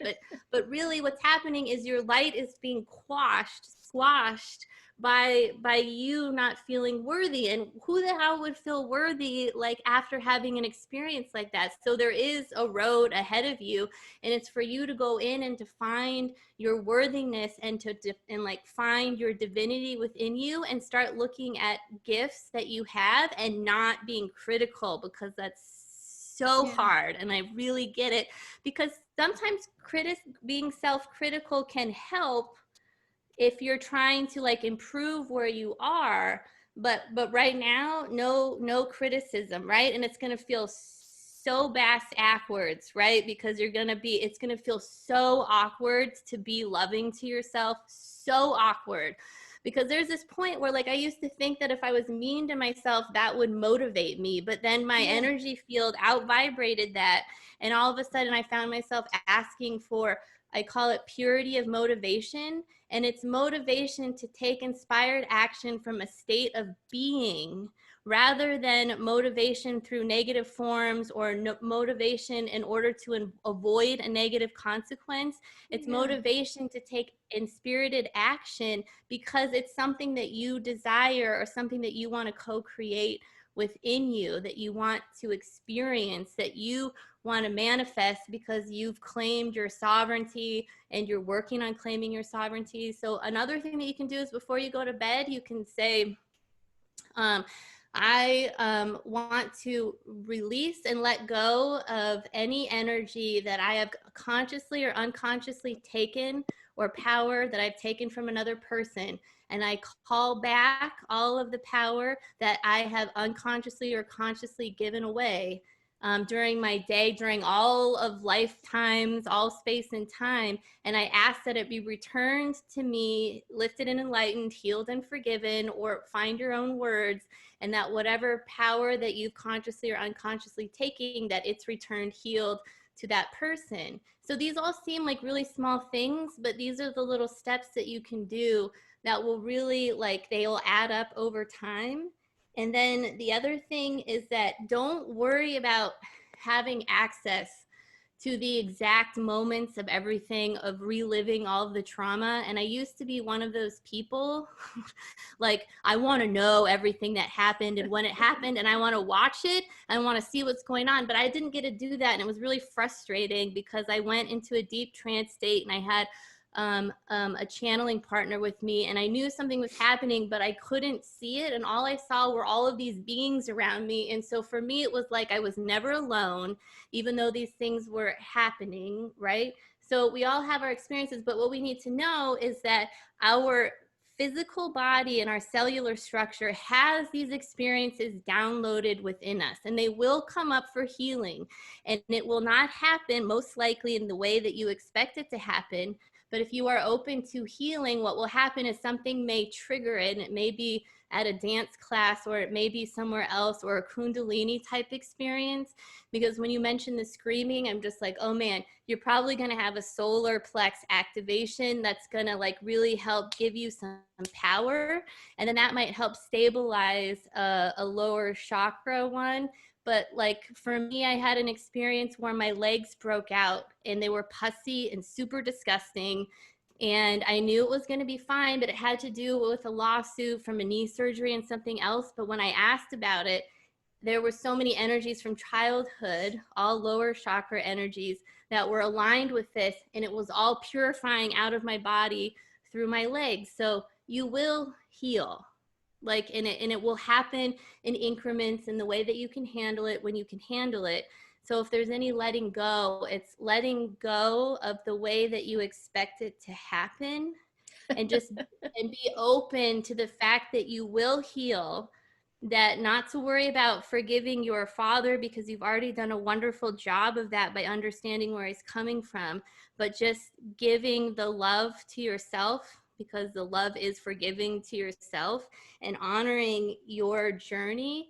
And then I really want to find this card to show it to you, but it's this being who has holes all inside of him, and it's the heart chakra. And it's basically that when we heal our wounds, they become these access points for us to bring in light into this universe, into this world, or this incarnation. And our healed wounds are how we bring light and express our light into this planet through other people. And so for me, the beings, they also say, as I heal, you heal. As you heal, I heal. For I am you, and you are me, and we are one. So you are never alone on your healing journey. And you always, and if this always helps me, right? Because I like working on teams, right? It's probably all the collectives or whatever that I've existed in. But it's like when you are healing yourself, you are also healing other aspects. And I'm very clear that when you go through this healing, you will be healing maternal, especially paternal ancestral lineage in your human DNA. So you already, in many ways, as a soul, like took on this sort of experience to heal like these soul lines. And then as you do that, of course, you're just going to be like, healing all these other aspects in yourself. And I feel like I need to stop talking because I'll just keep on going. But No, there's a lot of potential for you in this. And I guess that's what I'm just trying to sort of get across. Even though this was a horrific experience, there is so much growth and potential and just bursting of stuff in you, like a supernova that just wants to. So. Yeah, I agree with you. I did see something about both lines actually, so I completely agree with you and validate you on that, because I do feel like on a soul level that I chose to do this. I mean, I did actually see a little piece of that, and so I can acknowledge it, as much as sometimes I want to say, you know, I didn't, but I did. I saw that. So yeah, thank you. That was, yes, wonderful. And you gave me a lot of good information. Okay, thank you, Galactic Ashley. All right, Kendara. I'll go next. Chelsea, hi. Thank you so much for coming. I just keep getting the message to tell you this too shall pass. And I go, I'm not going to tell her that. They go, no, tell her this too shall pass. And have you ever heard of the book? And it's very much in line with what Galactic Ashley was talking about. The book Sacred Contracts by a woman named Carolyn Myss. Mace? Mace. I never say her name right. But did you ever hear of that book? I think I have. I haven't read it though, but so I should take a look at that, huh? Well, I don't know if you need to take a look at, I mean, you can if you want, but I never read the book. But one of the things in the book that just seems to really resonate in terms of this is that before you incarnate each time, you sit across from every single person that you're going to incarnate with, and you make agreements. And you go, in one life we were married, and in one life we were siblings. And in this life, we're going to be father and daughter. And I'm going to be abusive towards you. And that's going to teach you to speak up for yourself and self-love. And you're going to be open and compassionate, not forgiving where it wasn't something you wanted to resonate with, but it's sort of a gift, it's an agreement. And the thing that's so interesting in that book is that, do you know how you can tell what your contract with the person is? No. The thing you have to work on with them the most. It's the thing about them that really annoys you. And I thought, wow, when I heard that, it was like the light went on. The light absolutely went on. And you are at a point for you to have the courage to say, I've been abused is tremendous. I don't remember being abused, but I've been told that when I was 2, I was probably abused because I poked my father in the eye and had a Band-Aid on his eye for 10 days. And that was probably abuse. But, you know, you don't remember back there, but that stuff has to affect you. And there are a lot of tools that you can use. First one, self-forgiveness, self-love, which you're absolutely doing. Well, you're breaking up again. I am. Let me. Yeah, Yeah, Chelsea, I it's didn't- actually, Chelsea, I think it's on your line maybe. Can you take off the video for a moment while you're listening? Okay. Yeah, and you might hear better that way. Sure. There. Okay, great. See if that works better. Okay, so Okay. Chelsea, are you still there? Yeah.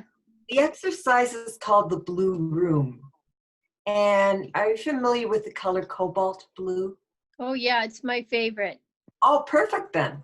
It's also the color of the throat chakra, which is communication. Yeah. So you can create a cobalt blue room in your head. And you can invite your father in. And you can tell him intuitively how you feel. And then you let him tell you how he feels. Even if you don't hear what he's saying, on some level it will be there. And then you tell him what you need. And you let him tell you what he needs. And then you make an agreement and you shake hands and you leave. Now, that sounds like a really good exercise, and it is, but that's not the quote secret of the exercise. the secret of this, it really isn't anybody else. It's all aspects of yourself. And so you're getting in touch with that. And it's tremendously powerful. Another thing that works, it doesn't work, but it's a tool for manifestation, is EFT. Are you familiar with EFT? That's the tapping? Uh-huh. Okay, yeah. It really helps, and there's a new way that you can do it. You don't have to say the same thing over. You can do one set of tapping where you're just tapping each point for as many or few times as you want. And the first round is talking about the things that are just bothering you and how it's so challenging for you, or the things that are getting to you. And the next one is, but I know I can release this. I know that I am able to get to the next step. Not giving yourself more pressure than you need to, and absolutely not being unrealistic. But after you've done the first step of talking about the things you need to get rid of, and then knowing that you can, then you see it in a way that it's positive, the way you want it to be. The thing that's so interesting about the mind is it doesn't know the difference between what's really happening and what isn't. So if you're going, well, and I think I said that earlier, well, I just see these things, I see this stuff happening to me. It's a case, a lot of times it's almost like a little hamster wheel. It's like biting on a toothache. It's like focusing on something because it's too hard to allow yourself to feel it. But you are so honored and commended for allowing yourself to go through this healing process. Another thing that comes to mind, which would be very beneficial, is a soul retrieval. Are you familiar with that concept? I am. I've not had one before. I don't do them, but I've got a bunch of people I know who do, and I will private message some people for you.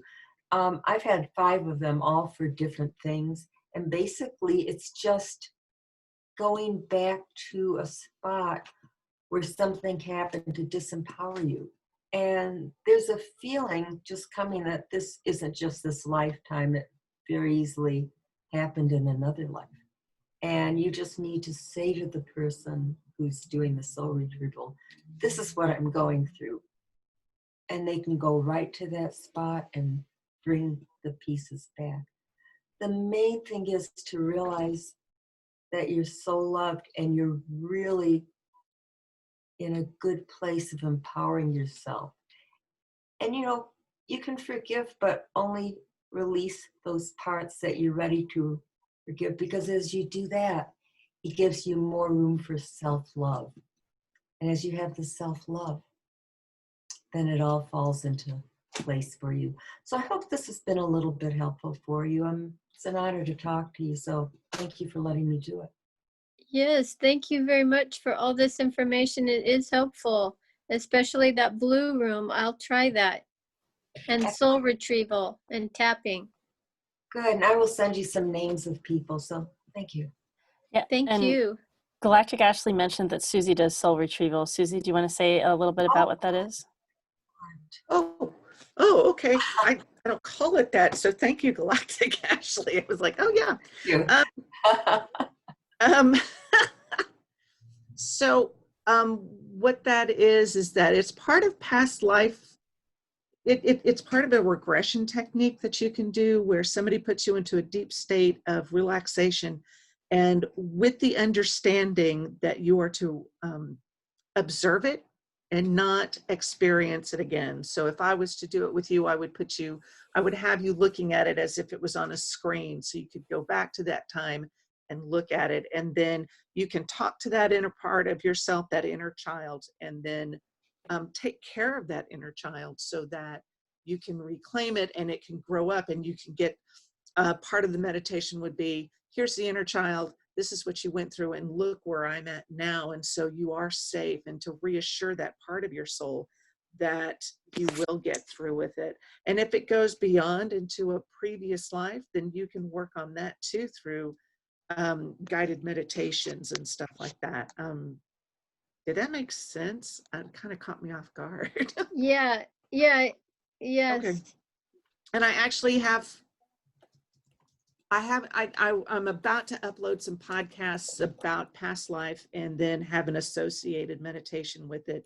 Give it a couple of weeks and then I'll have it up and running. But that's my plan for the next series on those podcasts. So those are free to listen to. And if you want to, you can listen to that and pull that part back into you. And if you want to go further, any of these practitioners here, we're all able to help you find that point, that grounding that you need so that you can move forward. What's the name of your podcast? Blue Lightning Healing Meditations. It's on anchor.fm and it's on other platforms, but that's the one I remember. I mean, like, I know you can get it through iTunes. Synchronicity. Pardon me? The synchronicity of Blue Lightning, and Blue's been coming up for her. It's like we're all psychic or something. But yeah, I can, if Lorelai's okay with it, I can post a link for it. Oh yeah, sure. Go ahead. Okay, thank you. So yeah, I'll do that. And thanks. I believe in pulling in all the tools people have to help or have access to help them heal and move forward and to release this. I honestly, just a little bit more, it's like, as I see you moving forward and being able to use this experience to help you develop some amazing gifts and the compassion to help others who have been in a similar situation. So it is about letting go, but it's also about processing and integrating that lesson to the point where you shift it, you transmute it to become even more amazing, and to be able to show people, yes, you can survive this and you can make it into something useful and viable and yeah. So thank you. Thank you, Susie. You're so welcome. All right. Do you have room for a little bit more? Sure. Okay. It's great. And someone just posted in the chat, it was Galactic Ashley, Survive to Thrive. And my work all has Thrive in the name. So yeah, great timing, Galactic Ashley. Well, so as I mentioned earlier, right, I've experienced this myself too, not from my father, but I think from my uncle, and then from a group that I don't know. And then I remember very clearly my pediatrician. And I mention this too because for a lot of us, when we have one event, sometimes our parents are involved in setting it up, and then they set up more experiences too, or we now don't know how to honor ourselves and hold our boundaries, and so we end up in more situations. And I think as an adult too, I basically recreated it for myself, where I didn't know how to honor me. I only knew to be in sexual situations I didn't want to be in. And so there are ways I recreated that for myself as an adult too. So I say this as for anyone, if you've had this happen, Chelsea, or anyone else, like, it's not our fault. We're doing what we know. This is part of what I shared earlier about what fires together wires together. Like, that we have often connected up love, particularly when we're young, when it's with a parent and someone that's so supposed to love us. We connect up love with abuse, or we connect up sex with abuse. Like, all these things get wired. And usually that's part of why, I think you mentioned, some of the history, or you suspect some of the history about your father. That's usually what people that do abuse others, they usually were abused themselves too. So we all have the responsibility of facing it as much as we're able, shifting as much as we can, not passing that on. And not everyone's gotten there. And so I believe that people are doing the best they can, even though they sometimes do really horrible things. So this has me touch into the idea of forgiveness a bit. For me, the most important thing about forgiveness is that, for me, and let me see if someone's unmuted, I think it's just so important that we allow ourselves to feel our anger first. So for me, anger isn't pushing anyone else down. For me, anger is really just owning our boundaries, just our yes and our no. And it wasn't something that you knew how to hold for yourself when you were little, or it might have been lethal, right? You might not have survived if you didn't let your boundaries down when you're little. So now the journey is to learn to honor your boundaries now. And that everyone's been saying all this about loving you, and healing you first. And you're doing amazing. So I got a glimpse of your eyes earlier when you had your video on. And I think that I'm not certain of the order, but I think the talents you have are server, scholar, and sage. So this is one of the things I see in people's eyes, their talents. There's 7, and I describe each person as having 3. And your first 2 that I mentioned, to me, they're really important for you on this healing journey. Servers are all about love, deep intimacy and connection. And I'm grateful that your heart was not closed up by what you experienced. Clearly, your heart is so very open. But servers have a big life journey about learning to love themselves, learning to put themselves first. That when they put themselves first, when they love themselves first, they actually then have more abundant love for others. And so being a server, it just seems, of course, you'd probably go to attempt to forgive him before you were ready. And then I just mentioned, you haven't suggested this as a challenge. This is more for me, maybe. I have scholars, my first talent. And so scholars often want to know. And when things happen really early on, it's sometimes impossible to know, really, really hard to know. And our brains protect us by forgetting. And so one of the things to let go of often is to let go that we, like, there might not be ever knowing. Like, I don't have clarity of what's my life, what's past life, what really did happen. There's clearly, like, there's so much stored in my body and so much of the way my life is unfolded. I know something, but I don't necessarily know exactly what. Let me go back to loving and anger. So in my experience for myself and lots of other people that I've seen go through this, there's feeling anger towards the person that abused us. And it's not that we ever have to express it with them. It's allowing ourselves. And it sounds like with Susie's work of the soul retrieval, this is what happens. Like, I didn't really know this is all what a soul retrieval was, but sometimes it's imagining the situation, going back into the situation, but doing it in a way that is safe for you. And sometimes it's with support. And being able to own the, like, no, this is not okay. And it's often not only the parent or the person that abused us, it's the other people around us that allowed it to happen. So sometimes we might say the mother is like the great parent, but the mother allowed it to happen too. Sometimes the other parent is actively involved in it happening. So for me, healing really allowed, I had to feel angry at both parents, even though, like, I've always thought of my mother as the challenging parent for me, but my dad let all the stuff with my mom happen. So I had to face feeling anger towards my parent that I love so much in order to go through enough healing for myself. And again, it's really owning our own boundaries. And as you were sharing, and as other people have shared, I mentioned earlier that we often get itches in places that are relevant. So I started getting all these itches on the bottom part of my back, which I don't usually feel as itches. And of course, it's in the anger zone. So I'm going through feeling my own anger with your story and the layers of my own story. And then my jaw got all tight. And then I have more itches on another spot on my back that I can't really reach. And I'm like trying to get it with a pen. So yeah, so I totally feel all kinds of anger, listening and hearing and probably remembering all my own things. Oh, yeah. See what else I want to share here. So yeah, the let it go of, for me, I wrote down knowing exactly what. It's really trusting yourself. Whatever seems like is so. Working with that, it's so. Moving forward as if that is so. Because for you and your experience, that's so. And I would let go of forgiving right now. For me, feeling anger, fully feeling your anger. When you've done that, then you could call it forgiveness, but a deeper love of the other person, or an acceptance of how they are that can unfold into love.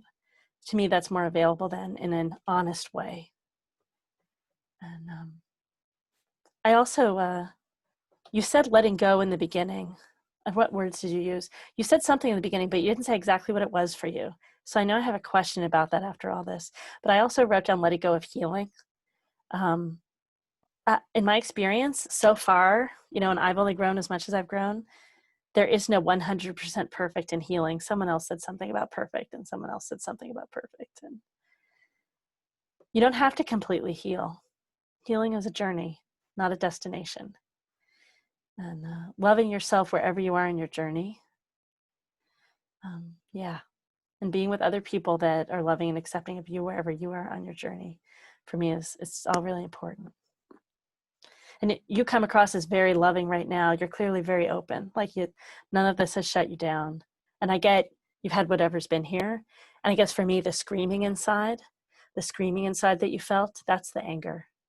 that wants the voice. And if your third is sage, sage is about expression. So in particular, your gifts are all linked up with these lessons for you.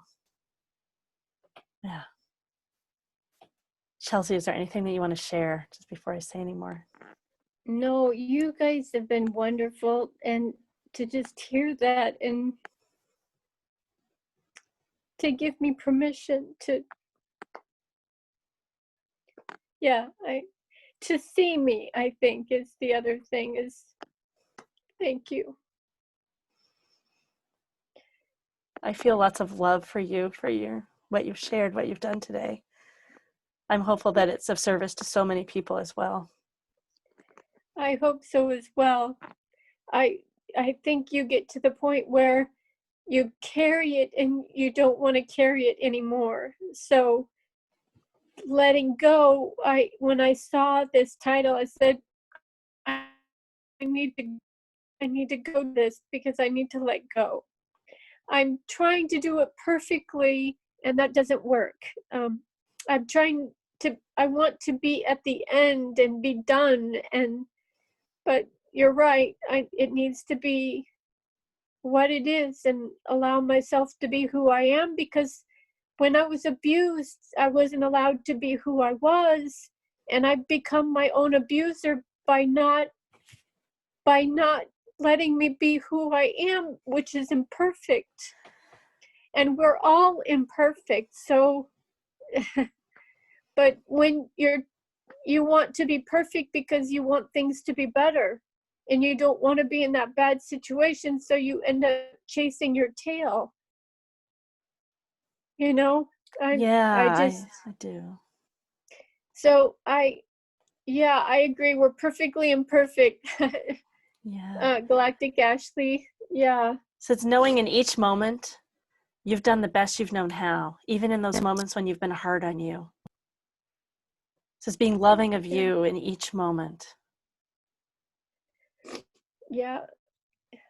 So thank you all for everything that you've said and helping me and being part of my process to heal. I really appreciate it. And my intention is it helps me and others to heal as well. So thank you.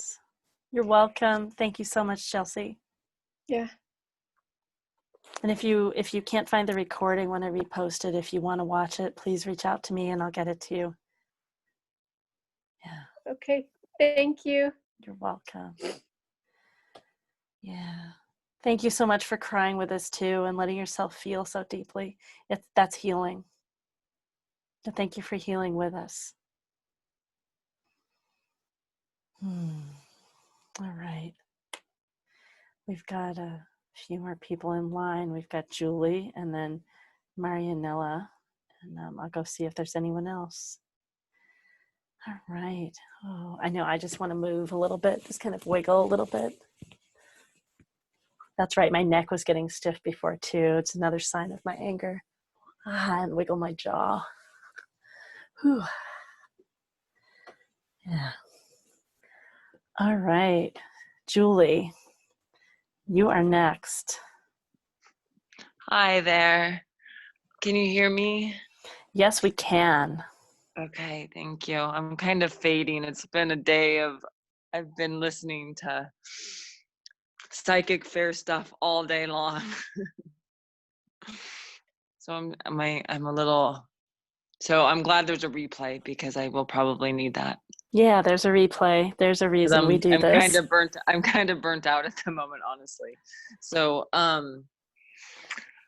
by the way, I just want to offer to you, if you don't feel ready, I can always give you a refund or you can use your question another time. No, it's fine to take your time. Okay. No, I have a question. I've been thinking about it for a long time now. I'm just thinking of how to pose it. So the letting go theme was also accurate for me as well.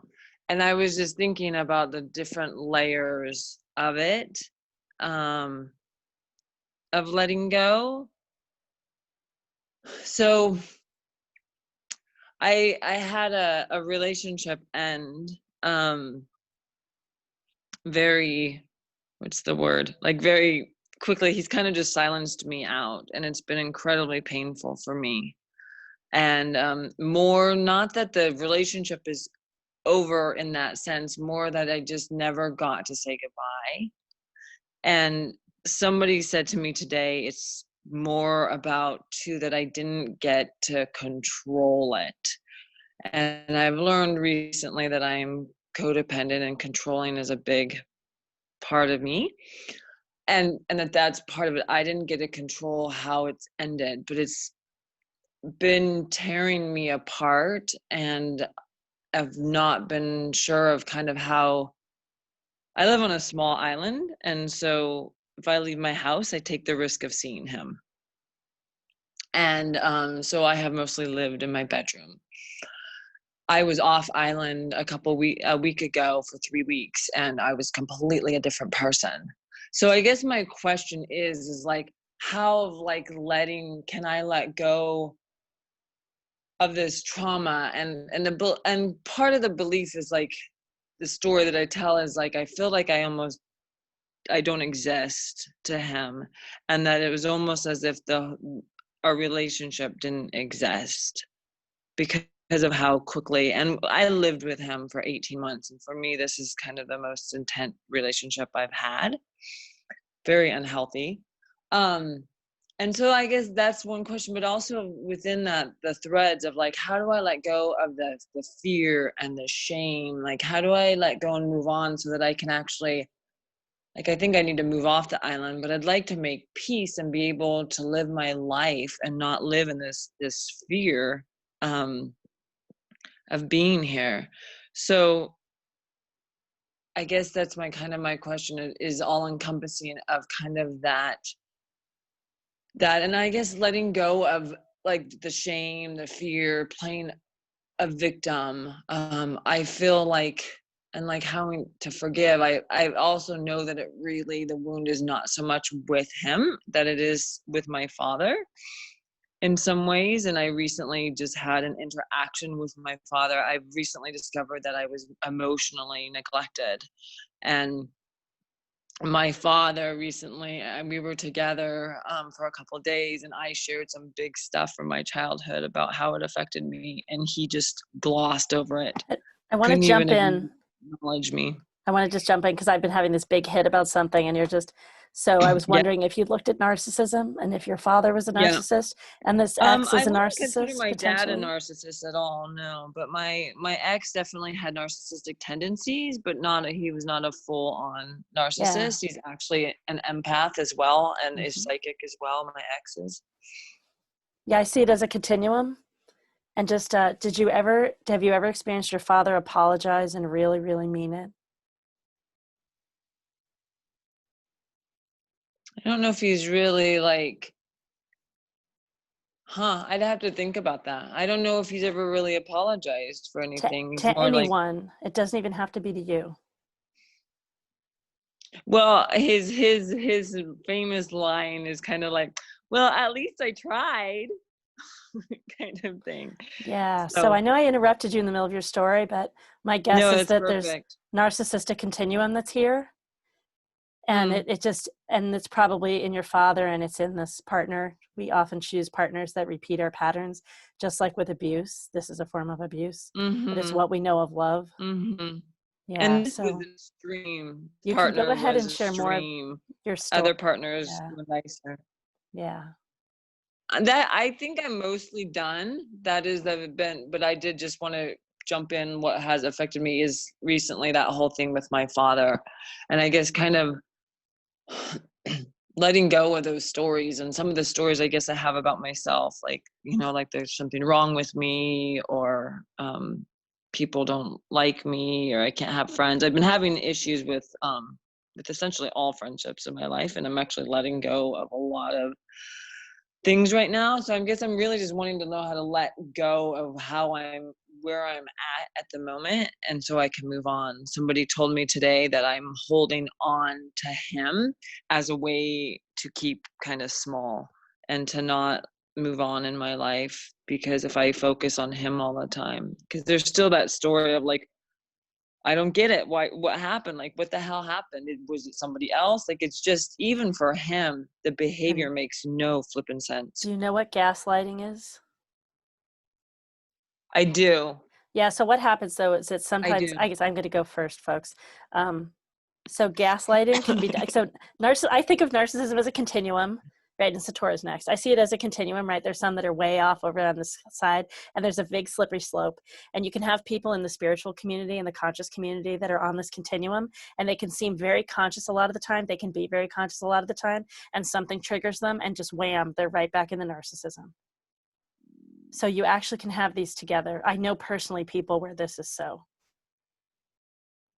Okay. Yeah. And I have a set of patterns that we typically carry out with dating. And the first lesson is that we choose people that are similar to our family of origin.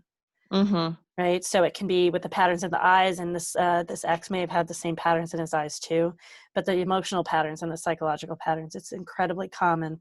Almost everyone starts off dating people like their parents, and most people do it their whole lives. And the second is that we date people who are different than us, and we often do it over and over. So there are all kinds of patterns, and you This guy learned, was more like me than yeah, anyone I and dated. we get healthier and healthier. And the third lesson is that we choose people like us. Those are soulmates. So he may have been much more like you, like a soulmate, but still narcissistic. And it was a horrible, yeah, it was a wound. I think he was a wound mate, actually. yeah. And so chances are, as a child, your dad wanted a lot of attention. And so anytime that you did things that would get you attention, he would pull it back to him. And this is part of how you learn to be small. It's a survival strategy. It's interesting small. because it's actually the opposite. My dad actually was one who would hardly ever talk or ever share. I mean, I guess, well, look at your other maybe parents it's too, because it can twofold. happen with several parents. Yeah. Maybe it's twofold, because my dad was like that, and when he wouldn't share his emotions and he wouldn't talk much, and at the same time he does like to be at times the center of attention, and he loves to tell stories. Mm-hmm.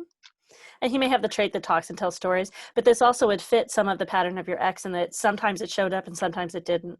So your dad may have a pattern of that too, where it's unpredictable, and then suddenly it's about him, and suddenly you have to be a certain way. And my guess is that with your ex, there's some way that you were challenging him in a way that he couldn't face, and that's why he had to leave.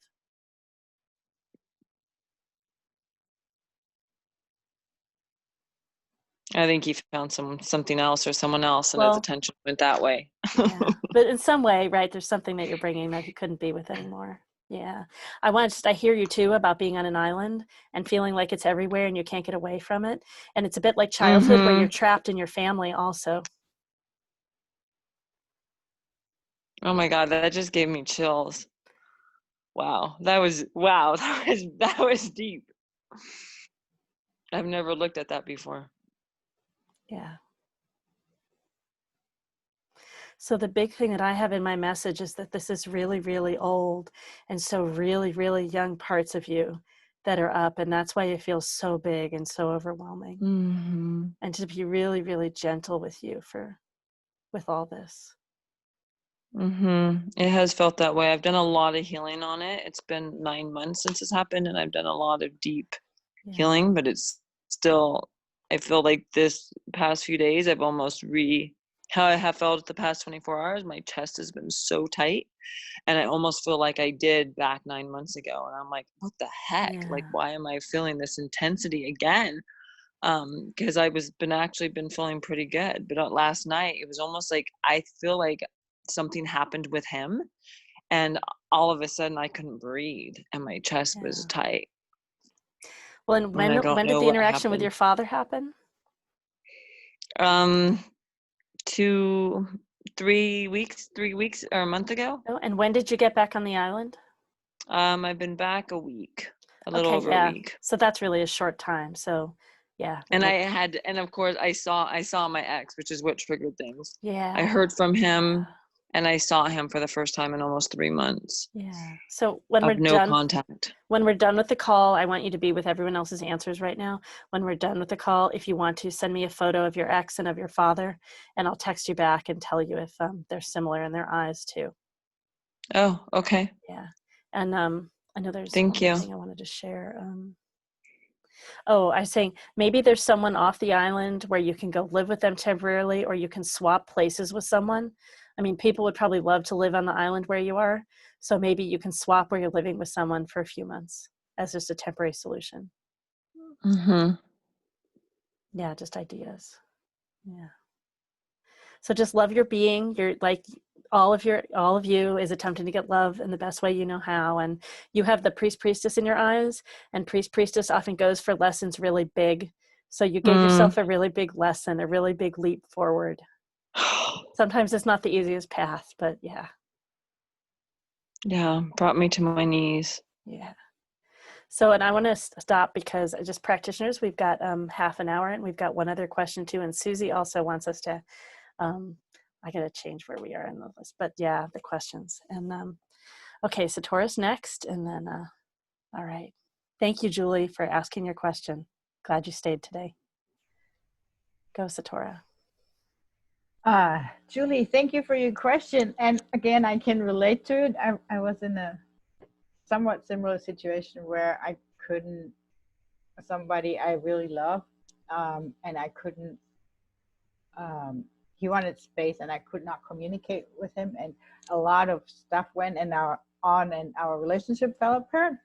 So what helped me is I had to find closure by myself and process everything by myself completely without him. And all that came from him was nothing or negativity, not helpful things. So one of the first steps for me is I call venting, that I actually said in my car one day, and I did a recording where I said every awful thought I had about him, I called him names, I let everything out, anything, all my anger, jealousy, hatred, everything, nasty stuff I would never ever say to anybody. And it just had to come out, and I did it in a way that, okay, I'm doing this now in a way that won't harm anybody, because I'm just alone in my car, nobody's hearing this, I'm not yelling this at somebody, but it needs to come out of me in a loving way. I do this as an act of loving for myself. And so I did that, and I vented and I let it all out, and then I deleted the recording. But somehow for me, it was important to record it to make it more real. So the venting for me is very important. It's a step that gets my energy going, that I allow all the emotions and all the nastiness that's there, the hurt, everything, to be just expressed, so the energy can move. So I'm not holding it in myself and judging myself for it. And, you know, I get into this thing, oh, you shouldn't be thinking this. And then it gets all knotted up and stuck. So letting that out in a way that's not harmful to anybody and just get the energy moving. And then I did a lot of writing emails and letters that will never be sent to that person, telling them everything I wanted to tell them. I had to spend hours on that, but I had to write down the narrative, and I had to write down the tremendous hurt that I felt and all of these things. And in that, in letting that out, and it doesn't have to be in writing, it could be a recording. I did all kinds of things, but just the things I want to tell the person and I want to talk to the person about to find closure, and it's not possible with them. So I just did it for myself, and I never sent those letters or those recordings. I still have them, but I did never send them, but that helped me tremendously. And actually I'm now in contact again with this person, and was slowly tiptoeing towards processing these things in a very careful way. But I'm at the place where I feel like I'm over it. I process it all by myself in the most loving way. And the most important is to be loving to yourself and do it for yourself, not to be a good person, not to be not for him, just for yourself, to find closure, whatever that means for you. Does that in any way resonate with you?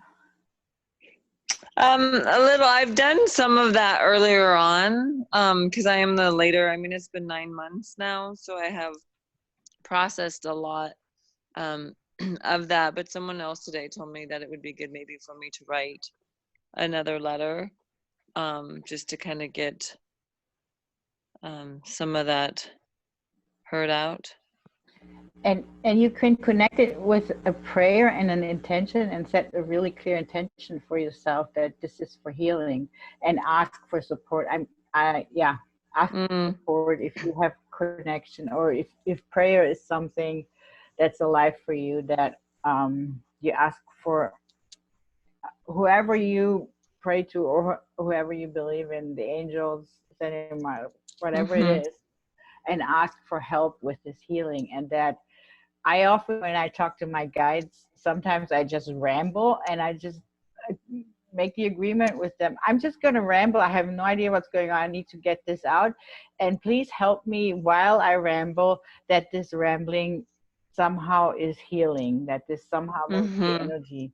So I do some of the rambling. I do EFT a lot of tapping, and I will ramble sometimes during my tapping. I used to do venting. In the beginning, I would do venting tapping, and I was just, angry and like saying horrible things about him or stuff. But I think I have more about, I saw Laurel said to do with my dad as well. And there's definitely, I think, some stuff around that, because it was hurtful that I was very vulnerable, and my dad just can't take any as my ex either. Neither one of them can really take responsibility for their actions. And so it's really hard. This was like, I'm talking to my dad about stuff that happened almost 30 years ago, and he still can't. Narcissism. It was just too hard for him to hear it. And he feels bad about it, but he just doesn't know how to. So I hear that the narcissist, I also know like attachment theory as well. And I know that sometimes that's things too, that a lot of people are avoidant attachment, definitely. And a lot of codependency in my family as well. Thank you. You're welcome.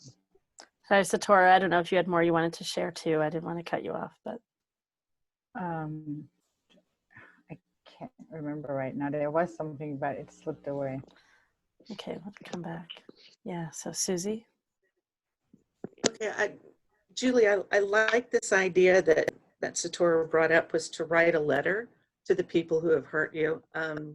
What I would ask is that you can take it a step further, and depends on how much further you want to go, but not sending them, but you can burn them. And if you want to continue the metaphor even further, you can do it on the full moon, which is that time where you release things, whether you make it a big old ritual thing or whatever. But you take these letters. A friend of mine who was he was dealing with cancer at the time, and he had people to forgive as he was doing this. So on New Year's Day we did it, because I have a big to do then. But it was an opportunity for him to take, I think he had about 12 letters. And so we had a nice fire going by the time he was done. But he put the letters in one at a time, and he said, "This is for my mother, and I let you go," and he burned it. And so his intention went up with the smoke. And then doing it on the full moon, it's fortuitous. It's fortuitous for you. So that you are releasing those emotions. And I can see you with some really big, fat, thick letters where you are writing everything you want to get out. But as you burn it, you release it in the smoke, and then you keep it let go. Sometimes I tug a war with stuff, oh, I let that go, but let me think about it a little bit more now, and I let it go. But if you can and you may need to repeat it, the process, this exercise, but that's one of the ways I use to let go of stuff. I love burning my intentions and burning those things I want to release.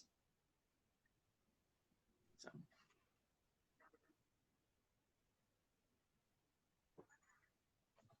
Thank you. I'll go next. Oh, actually, Hi, Galactic Julie. Ashley said line. Sorry, Kendara, if you could wait. Oh, sorry, Ashley. Oh, no problem. Thanks. It's not a big video. But I was going to say that you could try Kendara's blue room technique, because I always hear her saying it, and I haven't done it yet, but I think that it is appropriate in this case too. So one of the things that you said in your question that kind of maybe it was a trigger, not necessarily for me, but you had mentioned that you almost were perceiving yourself as being controlling. It's like somebody told you that you didn't have control of the situation.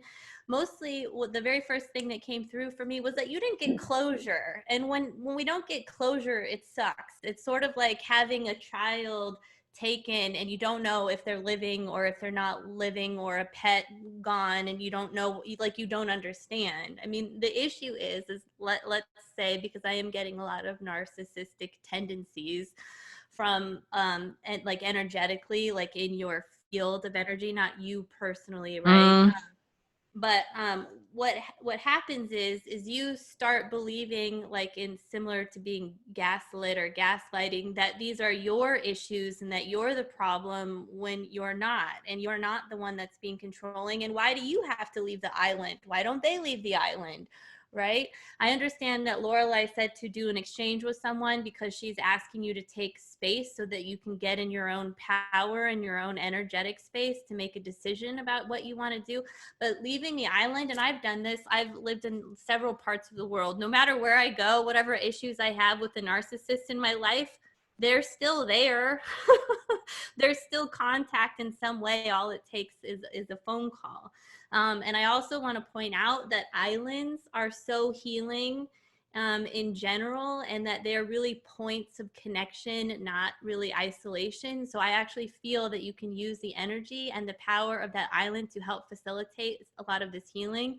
And that pain that you were feeling in your heart, there's still a connection between you and your ex. And so I think that going in and probably repeatedly for a period of time, going in and giving the power back and taking your power back, or if you're big into cord cutting, that's not a huge, I'm not into that, maybe dissolving cords or something, but just going in and disconnecting things, bringing your power in, giving energy like that you have taken, giving it back to them, and continue to doing that, because I feel like you're still connected to him and you still experience some of like the anxiety, you're still empathically sort of having these connection points with him, is what I was getting that heart pain. Yeah, Also me too. Also that it links through other lifetimes, which what this will do is when you can disconnect in this lifetime, it will also dissolve these other contracts that you have in other lifetimes and in other situations. So you can look at it as that. So what's happening is there are multiple lifetimes that are being triggered, and this is an opportunity and a challenge for you to create boundaries, to use your voice, to claim your power, to be like, no, this is my space, this is who I am, you can do whatever you want. I actually think it's great that you're on an island, because the moment that you see him and you don't feel anything, you've basically conquered, not that it's something to conquer, but you have surpassed this contract and it no longer will trigger you.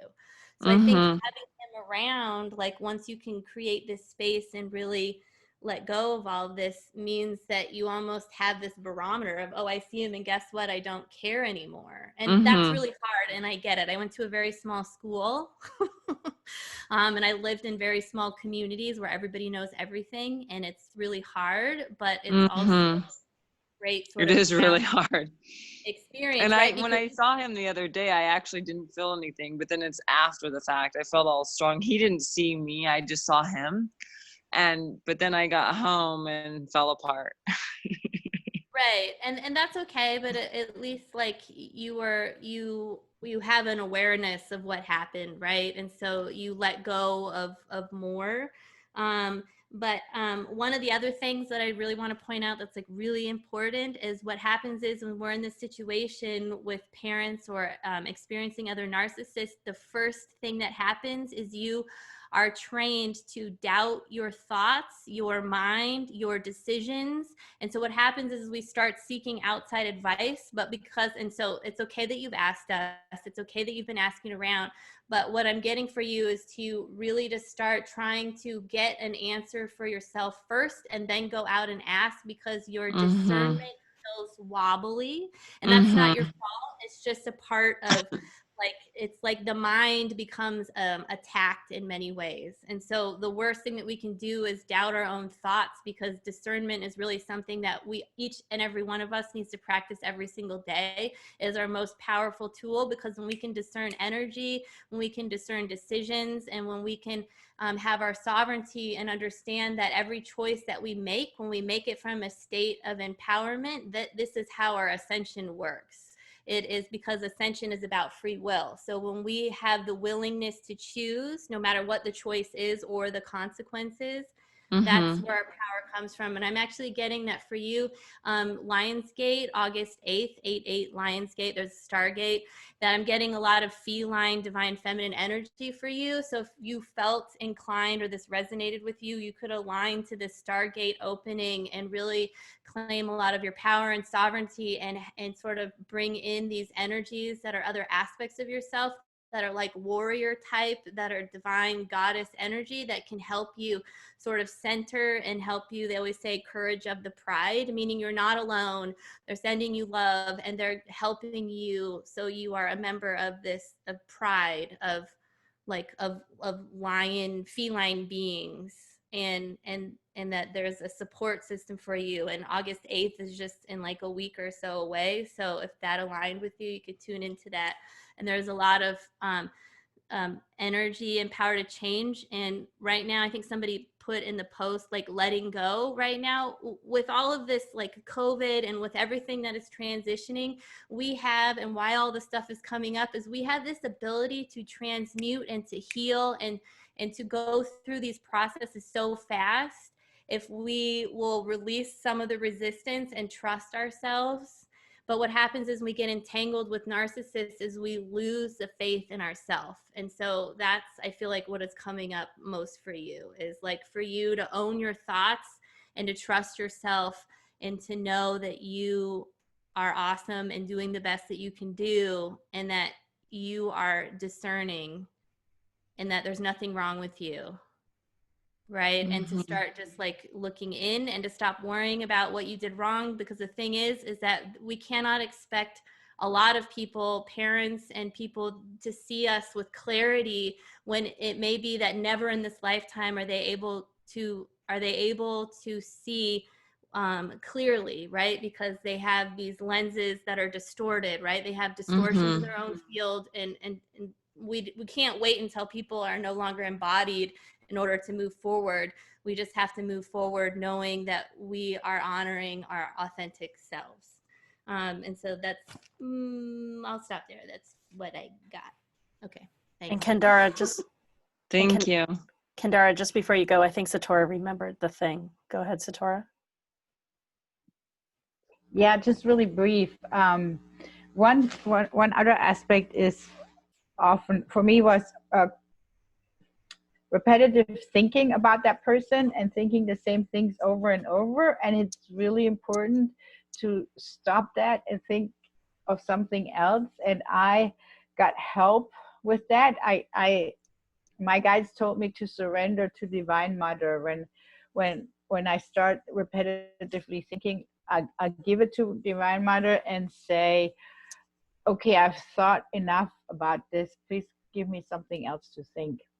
So it's really hard to not repetitively think about it and be obsessed.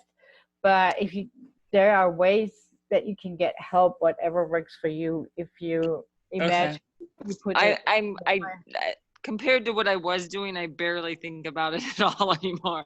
But in the beginning, it was just this constant, like, obsessive loop that would not stop. But now it's more, it's a lot calmer. But I think I just feel like that I'm just kind of reliving the trauma again, and get back into that kind of traumatic space.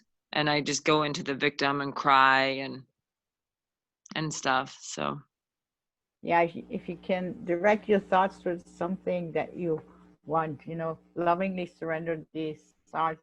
There's nothing wrong with them, but Mm-hmm. then redirect towards something that you want, that you welcome, the new. Okay, thanks. Great. All right. Thank you. Kendara, go ahead. Hi, Julie. So it's kind of good I got to go last because I was sitting there, I kept getting things to tell you. And the first thing that came out was age 12 was very significant for you for some reason. I don't even know what it was, but I get ages for people, 12 and possibly 15. And that triggers something for you. Another thing is this, your ex may have met someone else, but the reason it didn't work is you were becoming empowered in your own way, and he couldn't handle it.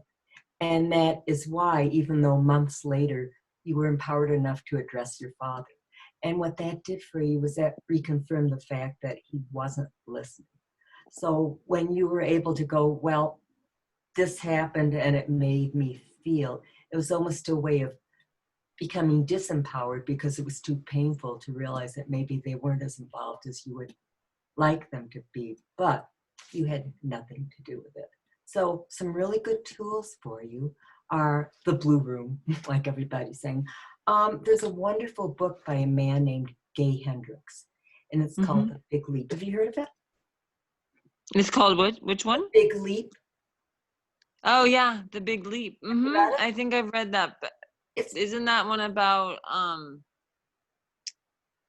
I think I've read it. yeah, it's the four Or parts of it. there are 4 different steps. And so Gay Hendricks was a spiritual psychologist, and he coached executives and found out that almost without exception they self-sabotage for 4 reasons, all going back to childhood. Oh, maybe that's not the one I read. I will look into. I've heard of it before. Maybe have amazing. checked it. I've probably checked it out from the library, and maybe it was a book I never opened.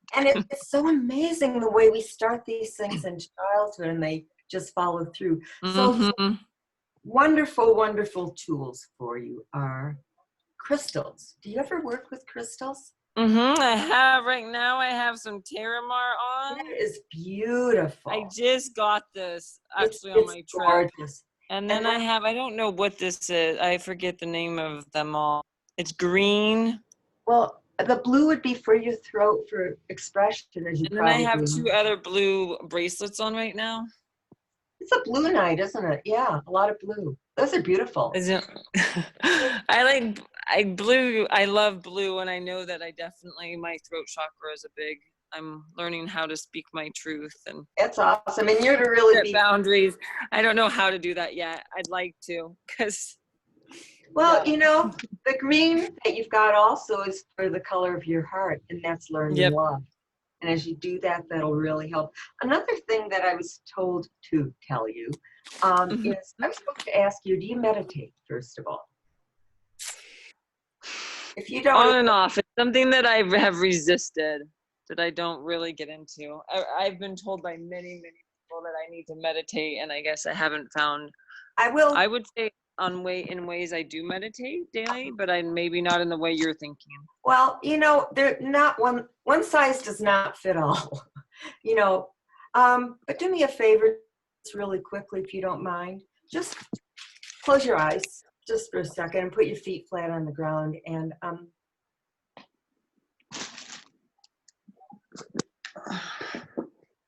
this is meditation in 5 minutes or less. Otherwise, I wouldn't do it. Okay. Breathe in through your nose for a count of 5. And hold it for a count of 5. And as you breathe out through your mouth very lightly for a count of 5, silently say the word breathing. And then once you've done that, Julie, breathe in through your nose again and hold it. And as you breathe out through your mouth, silently say the word breathing. We'll do it one more time for you. And just breathe in and hold it. And as you breathe out, silently say the word breathing. And that's all there is to it. If you can do it 10 minutes a day, isn't that nice? And if you put your Yeah. tongue very lightly on the roof of your mouth where the teeth and the salad meet, that increases your pineal gland. So that's step one. But step two is this. You keep a pen and paper next to you. And as soon as you're done meditating, you just sit down and go, angels or guides, what do I need to know? And you're in such a meditative state, you start getting the answers that you need. It's incredibly, incredibly empowering. Another thing is affirmations. And everybody does affirmations, but the thing is most of them are negative. So what you want to do is say things in a positive sense in the present, like you'd like them to be. I am free. I am empowered. And you can sing them and you can write them. I'm being pushed also to tell you age 15 was very significant for you. And let me see, there's something else I'm really supposed to, I'm supposed to tell you that what's happening is the reason you've been going through this really emotional meltdown, so to speak, is you're recycling. There's something that was happening about this time, which is maybe last year at this time. I don't know what it is, of course, but a lot of times we haven't, like Ashley was saying, Galactic Ashley, you didn't get closure. But as you allow yourself to get more in touch with yourself and write the letter, you will be so empowered. So stay on that island, and I hope this has been helpful for you. It's funny, thank you so much. Someone else said to me today that I could stay, that I don't have to leave to be able to get the closure. And I'm like, really? Because, to feel good again. Because I'm like, I'm in so much fear. I barely leave my room. Like, I don't feel like I can go swim at the lake or do the things I want because I'm in so much fear of seeing him. And I'm like, really? I just felt so free and so alive when I was off the island. And that's why I want to move off, because I felt free and alive and empowered for the first time in, probably a couple of years. And it was, I was like remembering parts of me that I didn't know existed. You're getting empowered every day a little more. So that's commendable. Keep up the good work. Thank you. Oh, I was going to say one other thing from Gay Hendricks is to choose easy. Choose the easy path. So the easy path could be moving off the island temporarily. It's really just choosing whatever's easy and whatever serves you. And I agree with someone else was sharing a little bit. Wherever you go with you. So all the things that are here for you to heal, they all go with you too. So yeah, you just don't. I believe that too. And I didn't experience that, maybe because I was on vacation, but I didn't experience that as much. Like I wasn't thinking about him as much. It wasn't as intense because I wasn't in his energetic field. I get that. And I believe in the easy path. It doesn't have to be hard. And whatever came up with him, this is an opportunity to heal it. Or there's a risk that you'll choose someone else where you'll go through the same pattern. Yeah, no, never again. Never again. Yeah, I would not survive to go through this again. Yeah. Well, thank you so much for your question. And thank you so much. No, you're welcome. So practitioners, we have 2 more questions now. Someone else signed up. So we've got, to my list here, we've got Marianella, and then we have Desiree. And then Susie, if we want to fit you in too. So we got to figure out how we're doing all this. We'll fit you. All right. So Marianella is next, if I'm pronouncing your name right. Are you still here? Yes, you are. Yes, you are. Okay, great. Can you hear me? Yes, we can. Okay. Well, my question is actually off the subject a little bit because it's about my mom. My mom is 80 years old and, she's at a nursing home and she recently fell. And I just want to see, I saw her personally, but, obviously we can't go into nursing homes because of the pandemic. So I don't know the extent of her injuries. I just want to see if she's okay. If you could channel something. That would be a few others on the call, not me. So the 3 of you, at least that I know, maybe the 4 of you that do that, go ahead. Susie's in ready. give us a little bit more information about her or what her name is, and maybe also what I didn't catch your name. Okay, my name is Marianella, and my mom's name is Rosa Quinones, and she's 80 years old. She has dementia,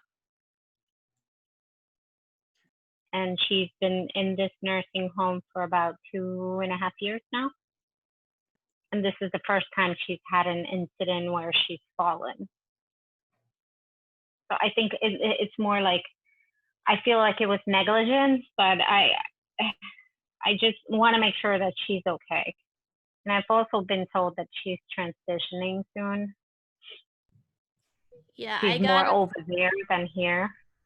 I'm not going to go into the whole reading part yet, but I got a little hit about negligence, or I got that you thought it was negligence. And I think that that is something that would be good for you to address or to deal with. Otherwise, you're going to feel very uncomfortable about leaving your mother there, which is going to send disconcerting energy to your mother, which I'm going to say, this is going to sound strange, but the beauty of dementia, and I sort of watched this with other people that I know that have had it, is that they can be in multiple energetic layers and levels and sort of be experiencing things.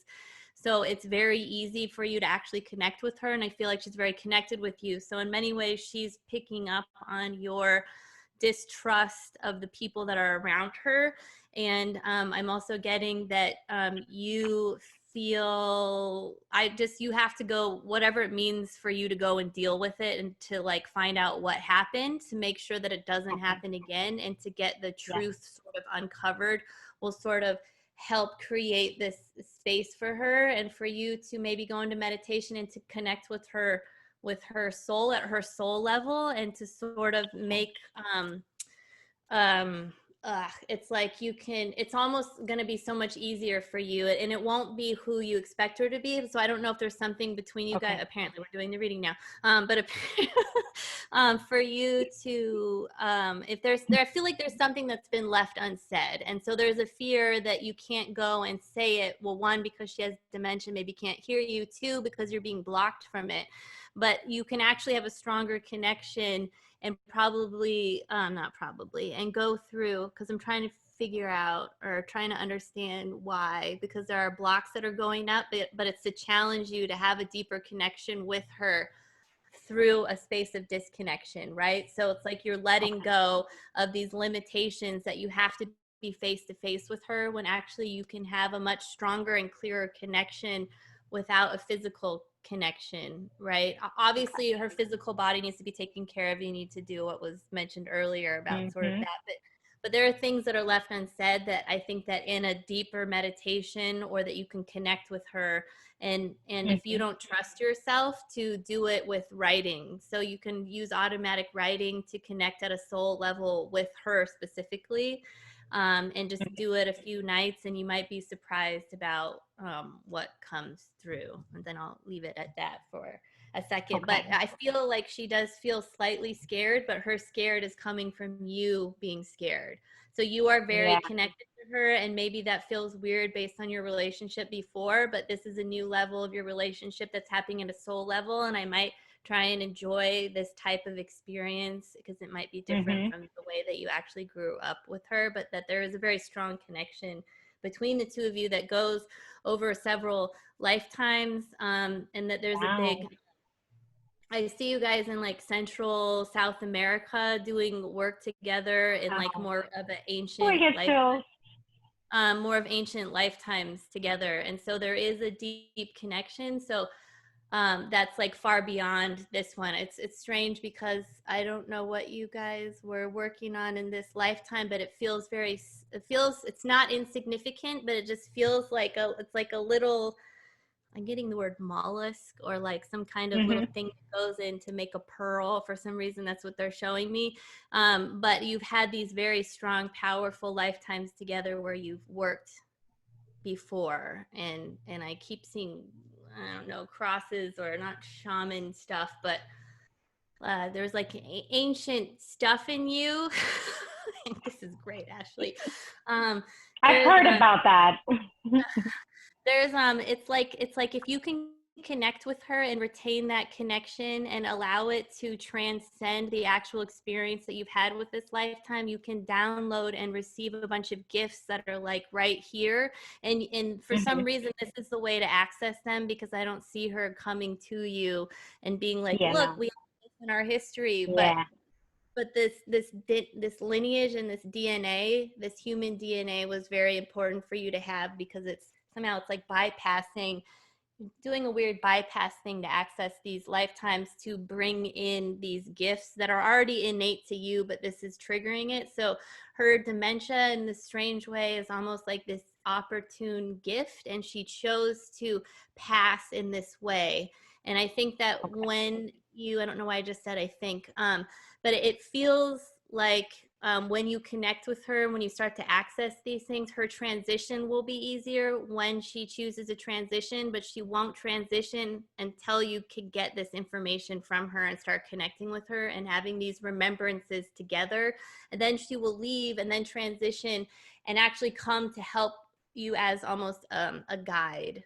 But not, yeah, but not that strong of a term, but it can grow into that. Maybe a higher aspect of yourself, it will come down and help to facilitate this, is sort of what I'm getting. Okay. That's beautiful. Thank you, Ashley. Do you recommend anything to be able to connect with mom? Any meditation or? Maybe Susie has something on her Okay. on her podcast. Oh yes, past life. I'm like, just sit down and connect. Like, but I feel like Yeah. it's natural if you allow yourself to do it. And what I was getting is you could try with automatic writing and write down a lot of stuff, because it's like I see these recipes and these plant things and like this really ancient stuff that just wants to come in. So I think writing it down will help you, so that, and remember that it may mean nothing to you, but in 2 months, when you look back at it, you won't even realize what you wrote down until later. Okay. Hi, Susie. Hi. So everything Ashley said, but what I want to add to it is that what I'm feeling very, very strongly is that she's confused. She is she is at that place in her dementia where she's living beyond the physical. Yes, she hurts. And she knows it. She can tell you all about it, but more than anything, she's confused that you're not there. So I know. So to connect with her, you can sit here and do a meditation where when I call something remote viewing, I get intimidated by it, because that's like, the men who sell goats or whatever that movie was. And that's intimidating to me. But what you can do is connect to her, whether you breathe and just start talking to her. You can do this intuitively. And then I agree that writing it down is important, because you're going to be taking in information, but there's a lot of energetic downloads that you two took part in. I'm seeing Lemuria to start. It goes as far back as that you two were Lemurians together, and you did a whole lot of energy work there. And that's been continued forward for all of these lifetimes. You've had those shamanistic lifetimes. You've worked as healers, and you've had those times where you were just like farmers in Provence or someplace. But you've been a very tightly knit soul family where you've explored all sorts of angles of family and love and trust. But asking to talk to her during your dream time. Just when you go to bed, it's like, Mom, I want to connect with you during dream time. And that, it feels, is going to be the most, it's going to be the most heart-filling thing for her, because she'll actually see you in dream time. And then when you wake up, if you do remember any of it, then you write. That's an opportunity for you to write down. I read some of the stuff that I've written when I just woke up, and it involved Barney Rubble and some sort of stuff. So I don't know what I was dreaming, but I know my phone, I don't know why I have to show it to you, but my phone has got a voice recorder on it. So if you can do that and just record it and then maybe transcribe it later, but still get the information out so you can make room for it. Okay. That's really what she wants, is just to be able to see you. And if that's in a meditative state or in dream time, that's going to make her happy. And yeah, it's going to help her transition. It's a while out because she's got a lot of stuff she wants to talk to you about. Mm-hmm. Yeah, I have seen her. I see her on video about 6 days a week on video, chat. But obviously it's not the same thing. When I went to the nursing home and when she fell that same day, I saw her through a window and she was just so lit. Like she was just like so happy. It just like made me cry because I saw how happy she was that she finally actually saw me in person. So it's really hard. Oh yeah. And so you can utilize the video conferencing to help her. You can just say, Mom, yes, I'm here. See, look, and it's going, that's right. her physical body is going to be confused that she can't touch you. Mm-hmm. But when you're able to make that spiritual connection with her, Mm-hmm. then she'll get more comfortable with it. Mm-hmm. Yeah. So yeah, connect with her in dream time. She's just like, oh, great, perfect. Okay. Because that's going to be as good. Okay, perfect. Thanks. Thank you, Susie. You're welcome. Great. Any other practitioners want to share? I'll add a little bit. Hi, Marianella. That's a beautiful name. Yeah. First thing that came through was feeling guilt because you feel like you can't do more, unresolved issues as you were growing up, and just saying, I wish I could get it resolved. But honestly, it's probably, on an overall picture, easier to get it resolved by not being there physically. And there are a lot of different ways you can do it. At the risk of sounding like a broken record, the Blue Room really works. But you can also get a picture of her and just write to the picture like you would be talking to her. And she will so pick up on that because you're energetically going to be connecting with her.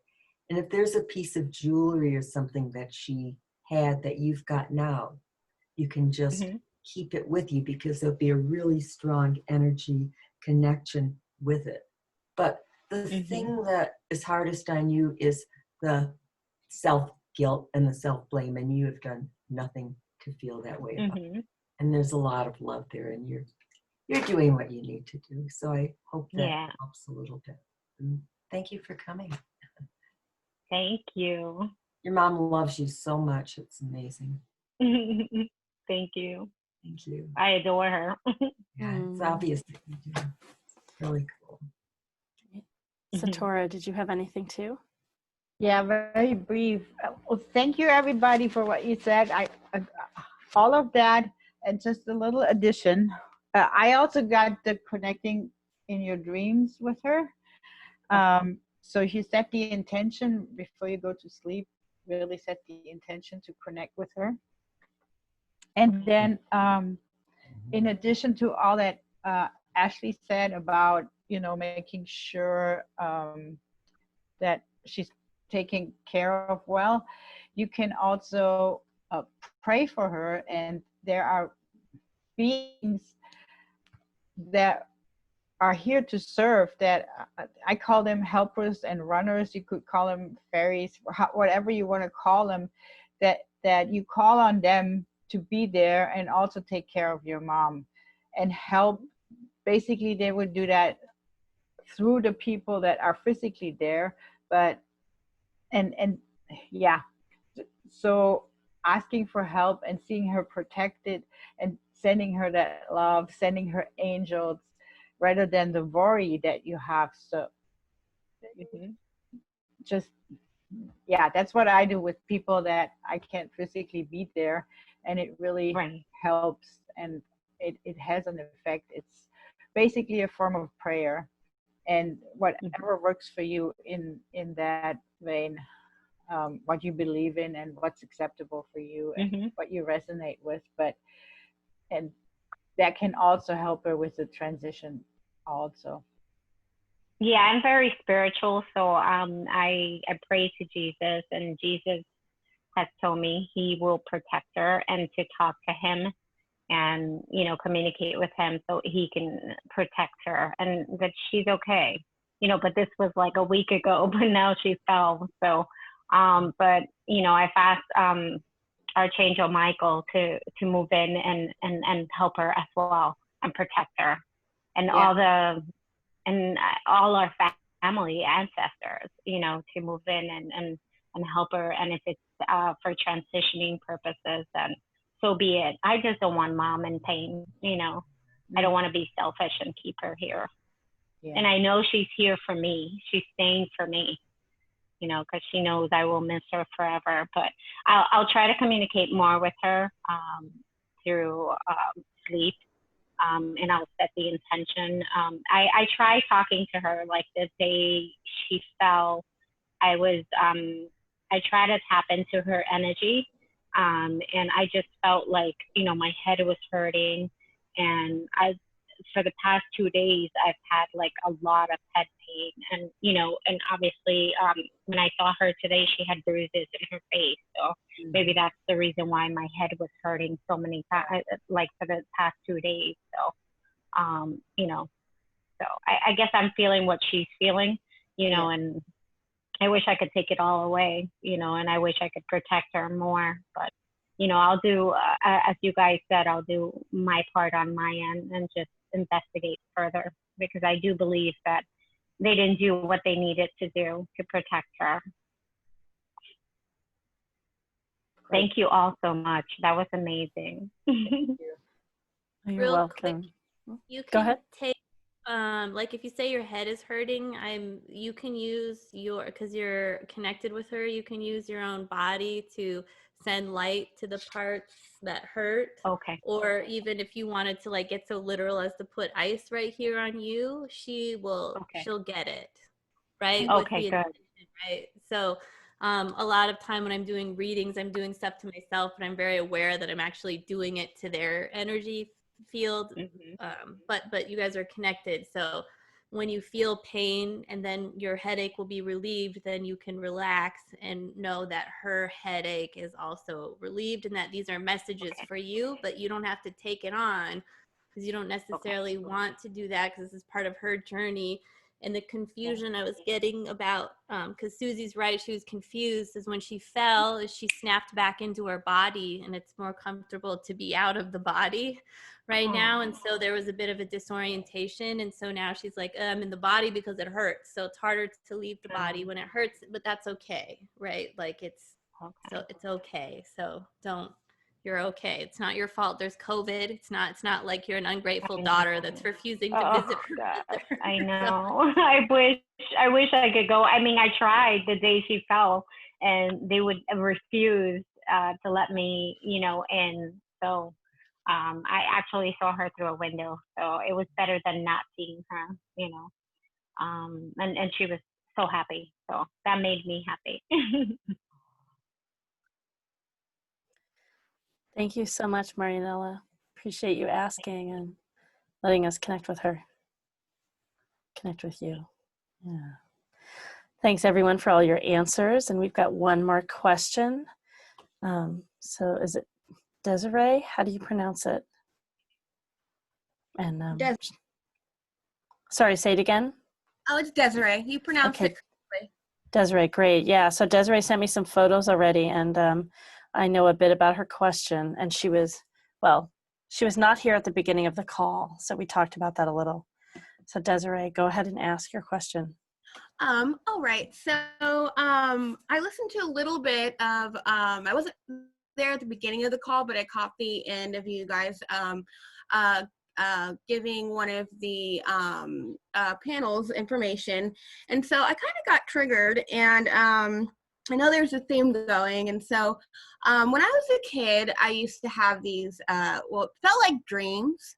And I used to have this, I'll just say I'll call it a dream or vision of this man over me. And I would hear these sirens. And what really I would like wake up from the sirens because they would get louder and louder and louder in my ear. And as I was listening to these sirens, I noticed like this male voice, or not the male voice, the male's face would get more intense. And so, and this would happen, I don't know how many times. And so over the course of my growing up, I always felt like something happened to me when I was a kid.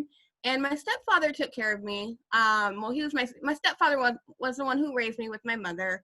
And so over time, I became a daddy's girl. And, you know, my dad was there for a lot of my events growing up in school and whatnot. And we had moved overseas, and he worked for the Army on base, and he would take me out and stuff and show me around. And my mom was kind of a little insecure, and so she wouldn't like to come out a lot. And so it got to a point when I turned 18, my stepfather became really, I want to say, jealous in a way. You know, me being into guys and stuff like that, it got to a point where I felt like he was treating me like I was his wife or his girlfriend, and he would get really, really, really jealous. And at one point when I was 18, he tried to kiss me, and because he had alcohol problems, he would drink and stuff. And so I ended up going to school in Texas, and I didn't want to, school didn't go well. And so I didn't want to go back to Korea. So I ended up I ended up getting into a relationship in college, and I am now currently living in Oregon. I've been here since I was 19. And so I've been off and on in relationships, and I was with somebody for 3 years, and we broke up, and I've been on my spiritual path for about 2 years now, and I'm really on the verge of like trying to heal a lot of trauma. And one thing I was wondering if something did happen to me when I was a kid, because it's just a coincidence that I took a nap today, and I just thought about this a minute ago when I went to the bathroom before I came on. But one of the panels, she actually sent me this, and so she was guided to come here. And I had a dream. I woke up from a nap today, and it was me talking to my stepdad, and I don't know what was going on, but I had asked him, because he was treating me different, and I asked him, I was like, don't you love me like your own child? And whoever was around was just like making these like, ooh, like as if I punked him or something. And this dream led into me going into the bathroom, taking a shower, and I was washing my hair.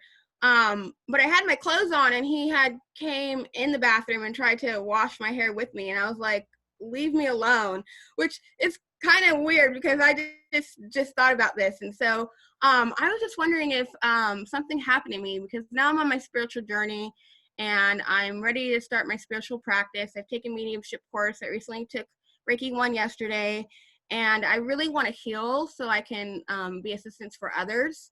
And I know that healing is an important process for me, and healing how I view relationships and friendships and whatnot.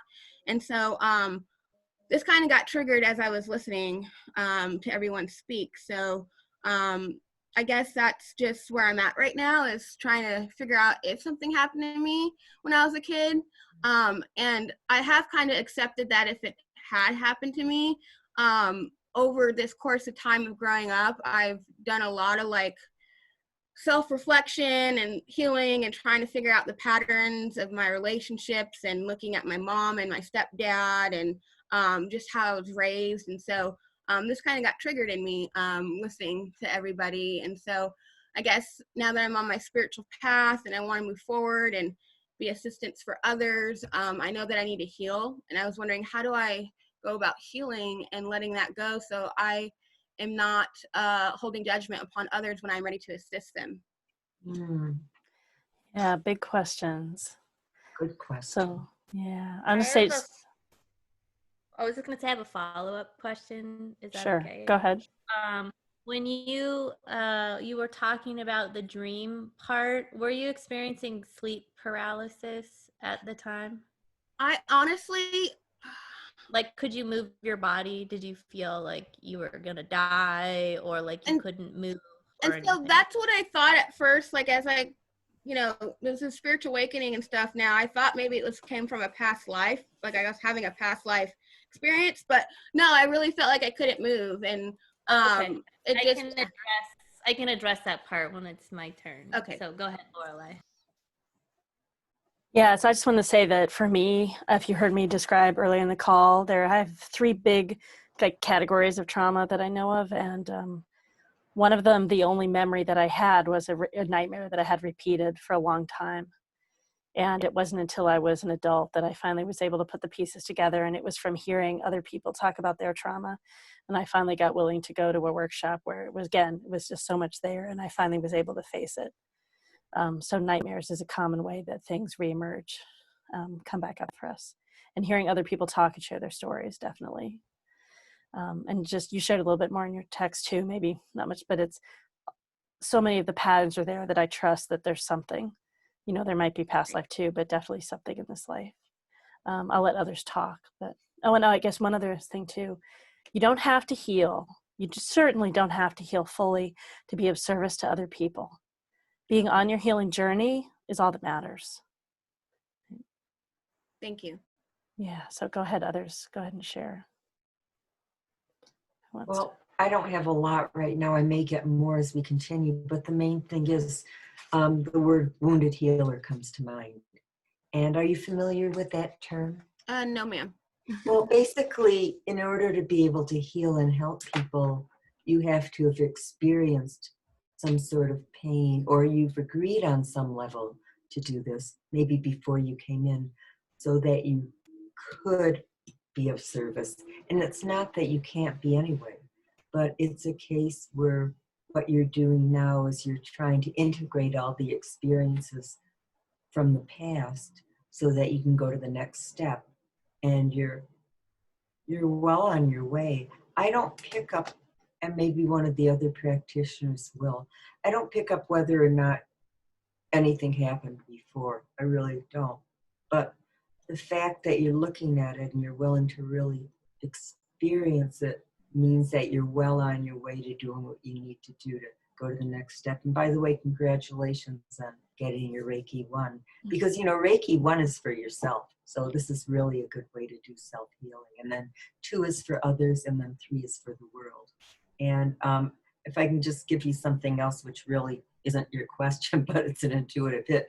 You have a lot of energy with animals, and you could do Reiki and healing on animals and do very well with it. And if I get anything else, I'll come back. Thank you so much. Great. Who else wants to go ahead, Susie? Desiree, what I'm getting was that it wasn't like physical, but it was definitely a presence that was uncomfortable. And I'm just getting this wafting of an alcohol breath. So it could have been your stepfather who was leaning over your bed and looking at you. But the alarms, it feels like, were either you waking up and saying, what are you doing? Or he actually through his fog saw that it was wrong. I don't feel it was that it was physical. I just feel like there was a little psychological thing, a bit of an emotional discomfort there. It brings to mind, I don't know if you're familiar with Sally Field, the author, the actor. She's got a book called Pieces of Me, and it's her biography, and it lists off her relationship with her stepfather, Jock Mahoney, and her mother was in denial the whole time. Her mother knew about one instance, but she didn't know that it was her whole childhood that she experienced. So I feel like that was your mother, was that she was uncomfortable with it and she didn't know what to do about it. With it coming up for you and you're able to face it, that will allow you, I agree that I don't know if we all ever heal completely, but we certainly are able to heal parts of ourselves that allow us to help others. I think that's part of the I hate saying duty or obligation as healers because that takes away our choice, but that's part of the journey of being a healer, is to learn about what we've gone through And not only does that help us, we develop our gifts, but we are able to develop tools that we can pass on to others. So that I see as being a very clear part of your path, is to work on doing the healing that you need to, so you can pass that information on to others. Does that make sense? Yes, it does. Okay, cool. That's great. Thanks. Thank you. I guess I'll go, if that's okay. So I don't know if there was, I was getting that you were having a few out of body experiences with your dreams. And what I mean by that is I actually believe that we're all sort of leaving, and most of us, a lot of times, not all of the time, but are sort of out of our bodies in the evening doing things while we're sleeping, whether that's regenerating, integrating, doing all kinds of stuff, going off planet, going to the Akashic records, doing something, learning something. But what happens sometimes is that when we are quote unquote coming back to our body, it's almost like we wake up before we're supposed to wake up, because our bodies sort of get snapped back. So what happens is it can feel like we're dying, or somebody's sitting on our chest, because we can't move, because our body puts our physical body to sleep so that we're not acting out the dreams or other experiences that we have. Otherwise you have I forget what it's called, but there's a comedian who actually has this, and it's not funny, and he has to sleep in a sleeping bag with little mittens on, so he can't, because he's jumped out a second-story window. So it's like a real thing that it's like we put ourselves to sleep physically so that we can have these other experiences. But what happens is when we come back, it can feel like something is standing over the top of us and maybe trying to choke us or strangle us, and what's happening is it's really ourselves coming back into ourselves, but our human brain has to assign it something. So we see a face or something. But what I was actually getting is that when we go and travel, sometimes a guide is frequently with us. Well, always something is with us, so we're not just loosey-goosey out there. So it can be you, or an aspect of you, or a guide with you. And the alarm is, what I was getting is that it's something that it was like warning you about something else. And that can be what was connecting to your stepfather, which is that, like, look, there's boundaries being crossed. Like, this is not, a father does not kiss his daughter on the lips like that at that age. Like, maybe the daughter kisses the father when they're like 2 or 3, like those, like whatever, but not like drunk mouth kisses, right? So that there's a big boundary thing. So the alarm is, it's like you alarming yourself that something is not right in your quote unquote waking life. So while the experience may have been negative, I personally would not overly assign a whole bunch of stuff to that, other than your internal warning system was warning you about your stepfather. Okay. I also don't feel that, and somebody else may say something different, that this is necessarily an appropriate space for us to say, yes, you experienced a trauma, unless you recognize it, because we're not here to, especially in this environment, to draw up something that is still that deep in your subconscious, if it's even there. But that doesn't mean that you can't go and explore it one-on-one with somebody, or when you feel ready for it. So I don't think I personally am just going to leave that where it is, and that it will come up in the way that it needs to. But I am getting that there was some serious boundary crossing, and it feels gross and dirty to me, because I've had experiences where I was not raped, but I almost was, and I was in a situation. I was so mad at myself for getting myself in the situation, but it wasn't my fault. I asked 1,000,000 people if it was safe to go with this person in this community, and I somehow wiggled my way out of it, but it was gross, right? Like, yuck. Right. Yeah. So that can be what's there, and it can also be more than that. And then I just want to emphasize one other thing. I don't think that we're ever really completely healed in this lifetime. And what it is that the only thing that you have to be aware of is where your healing points are. So here's an example. If I have issues with my mother and somebody's talking about me about their mother, I have to say, these are my challenges with my mother. your mother is resonating in a similar frequency as mine, but tell me if I'm over making this other mother a narcissist, or maybe the mother's not that aggressive, right? So as long as you're aware and you're able to talk about and you know where you're healing, you are free to keep healing, because here's the thing, you will attract people that are when I was going through my divorce, I was attracting a lot of other people that were also going through a divorce, and I just happened to be a few steps ahead of them. And so I was able to give personal life experience and then also able to help them. So we're going to attract people that in areas where we're healing, because again, as I heal, you heal. As you heal, I heal. For I am you and you are me and we are one. And together we're all on a healing journey. And then it was Kendara that talked about the wounded healer. I also get that. This was a card that I wanted to show, and it's like my absolute favorite card. But this is really all about the heart center, and in the Kabbalah, right? Kabbalah. I always say it wrong. One of those is really bad. It's really good. But this is the heart center, and it's Da'at, right?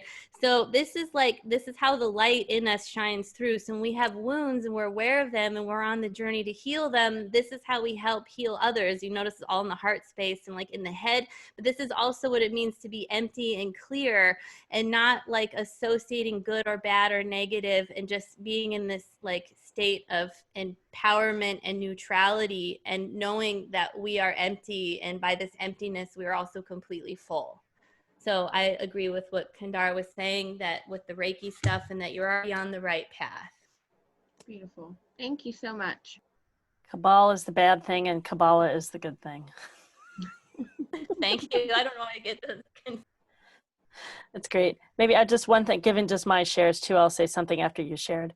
So Galactic Ashley, I appreciate what you shared. I don't think it's any of us, anyone else, to tell us that we've been abused or not, experienced any traumatic event.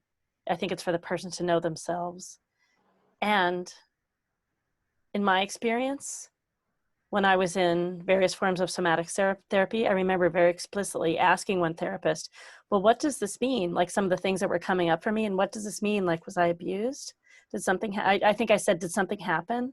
I was getting ready to step into it, and the person said something like, oh no, don't worry about that, and took me somewhere else. And I guess for me, looking back, I know I felt angry because in hindsight, as I wish that I'd been able to tap into things and open things earlier. And so I think it's a delicate balance of, we don't want to take you somewhere that you're not ready. We don't want to take you somewhere that we don't know is true. And you have a lot of the common themes and patterns and events that have happened. So it definitely points towards that, maybe. Yeah. So I hold both sides of that. Thank I want to you. share that. Yeah. And, all right. Laura Lee, I noticed you were telling me about my 3 talents as well. I was, and I'll come back to that, but I want to let the other practitioners share first, if that's okay, about this topic. Yes, Go ahead. course, sorry. No, it's cool. They haven't all shared yet. Go ahead. Who wants to? So much great stuff has already been said. I just want to add one little thing, that you have a great sense of what's right for you, because when this weird thing happened with your stepdad, you moved away. You left the situation, you moved away, and you started your own life. And that's a very healthy and powerful thing to do. And I get the impression that you have really a very strong sense of inner guidance and knowing what is good for you and self-empowerment. So trust yourself, trust your own feelings, trust your own sense. And yeah, to me it feels like you're really on your way.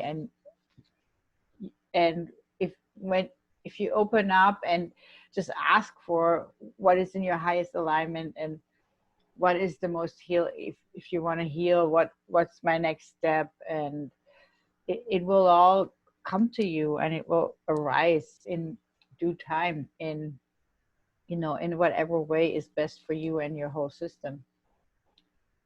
Awesome. Thank you so much. All right. Any practitioners? Anyone else want to share anything? Okay, I shared a little bit. So I was mentioning that you Let me just go back and look at your photos again. I remember the 3 talents I was thinking. So some mixture of scholar, priest, and artisan. And I think you're likely to have priest, priestess as your second talent, which means, so priest, priestess is about inspiration, vision, passion, motivation.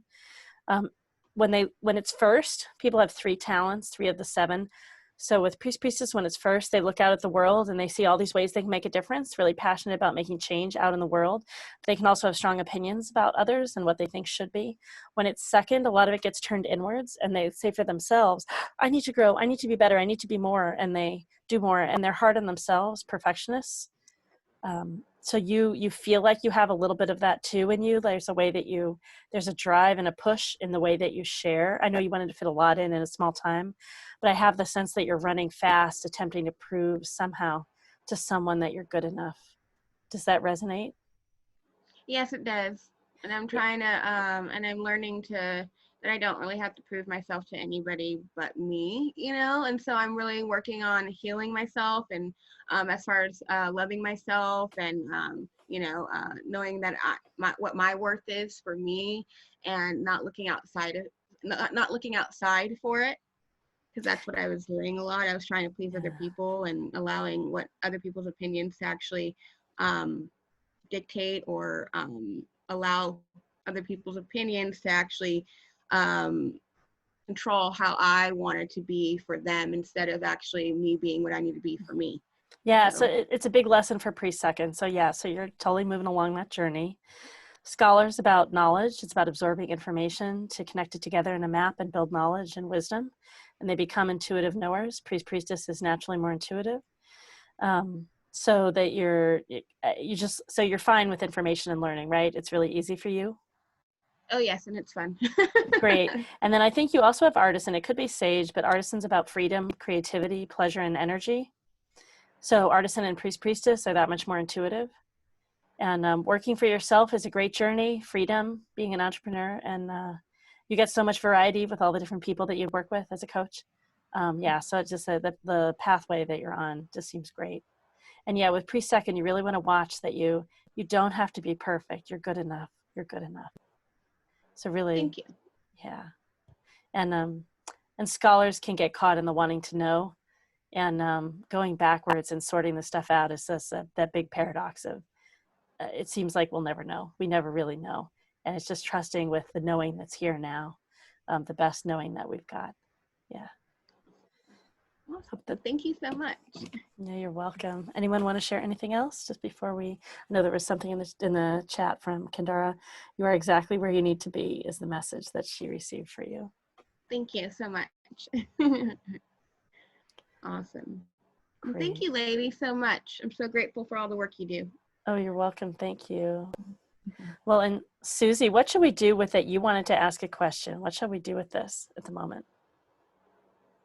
I'm game for whatever. I mean, it was framed around letting go of something, but if we all need to go, I'm fine with that. I don't know. I'm good. I'd love to ask, but if we're out of time, I'm okay with that too. Yeah, we want to do it ourselves. Yeah, we do it ourselves offline maybe. So it's good. Let's wait in. Let's all connect to each other, and that's cool. Let's see. Let me say. Well, so thank you everyone for coming. We did create another panel while we've been on, so we will do one on Lionsgate. I'm not yet sure. That'll be on the 6th or the 7th before the Lionsgate on the 8th. So yeah, thanks everyone for talking about that, and for one of our participants suggested it, so it's great. So thank you everyone for being here. We have more events coming. On Monday we have our pop coaching panel, and on Thursday we have a MeWe fair. More panels are coming too, and I say the recording will be posted on the MeWe Fairs Facebook page. I will probably get it up by tomorrow. I'll put the link to that right here again, and then also if you want to get entered into a drawing for a free 30-minute session with one of us of your choice, please fill out this feedback form, and we will put you on our mailing list so you'll find out all that we're up to. The contact info for the practitioners is here in the chat. If you want to save the chat, go into the chat. On the right side, click the 3 little dots. and it'll save the chat for you. Our contact info is also in the Facebook. I think all the contact info is there. If it's not, contact me in the Facebook event. Yeah, so thank you so much for coming, for holding space for all this, and for asking such lovely, deep questions and being with all of this. And part of the magic of working in a group is that the energy, the way it impacts all of us, and more things open. And yeah, we're all here together in the field holding for each other. So thanks again, everyone. You can learn more about all of our events at MeWeFairs.com. And we look forward to being with you again. Oh, and practitioners, maybe for the recording, I'm going to go through and just share your contact info where people can find you. Go ahead, whoever wants to jump in. I'll go. I'm Galactic Ashley. I channel divine guidance for starseeds, connecting them to their star families and galactic lineages. I have a light language course coming up, and I'm offering a 10% code. You can contact me for a payment plan, and you can find me on Instagram at Galactic Ashley or online at galacticashley.com. Thanks.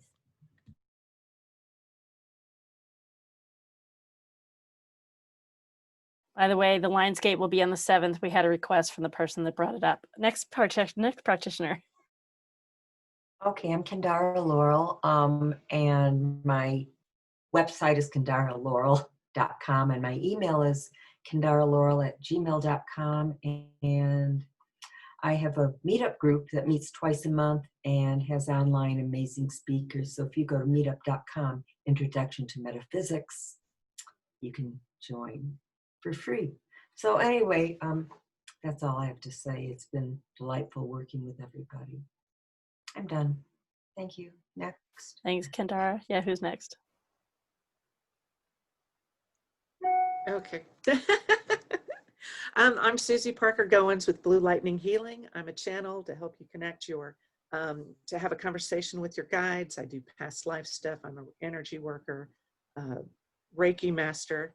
I have a podcast at anchor.fm. It's Susie-Parker-Goins. You can also look it up on various platforms as Blue Lightning Healing Meditations. The best way to get a hold of me is at my email at susiepgoins@gmail.com. Oh, I also have a website that I have blog stuff on at bluelightninghealing.com. Yeah, that's it. Thank you.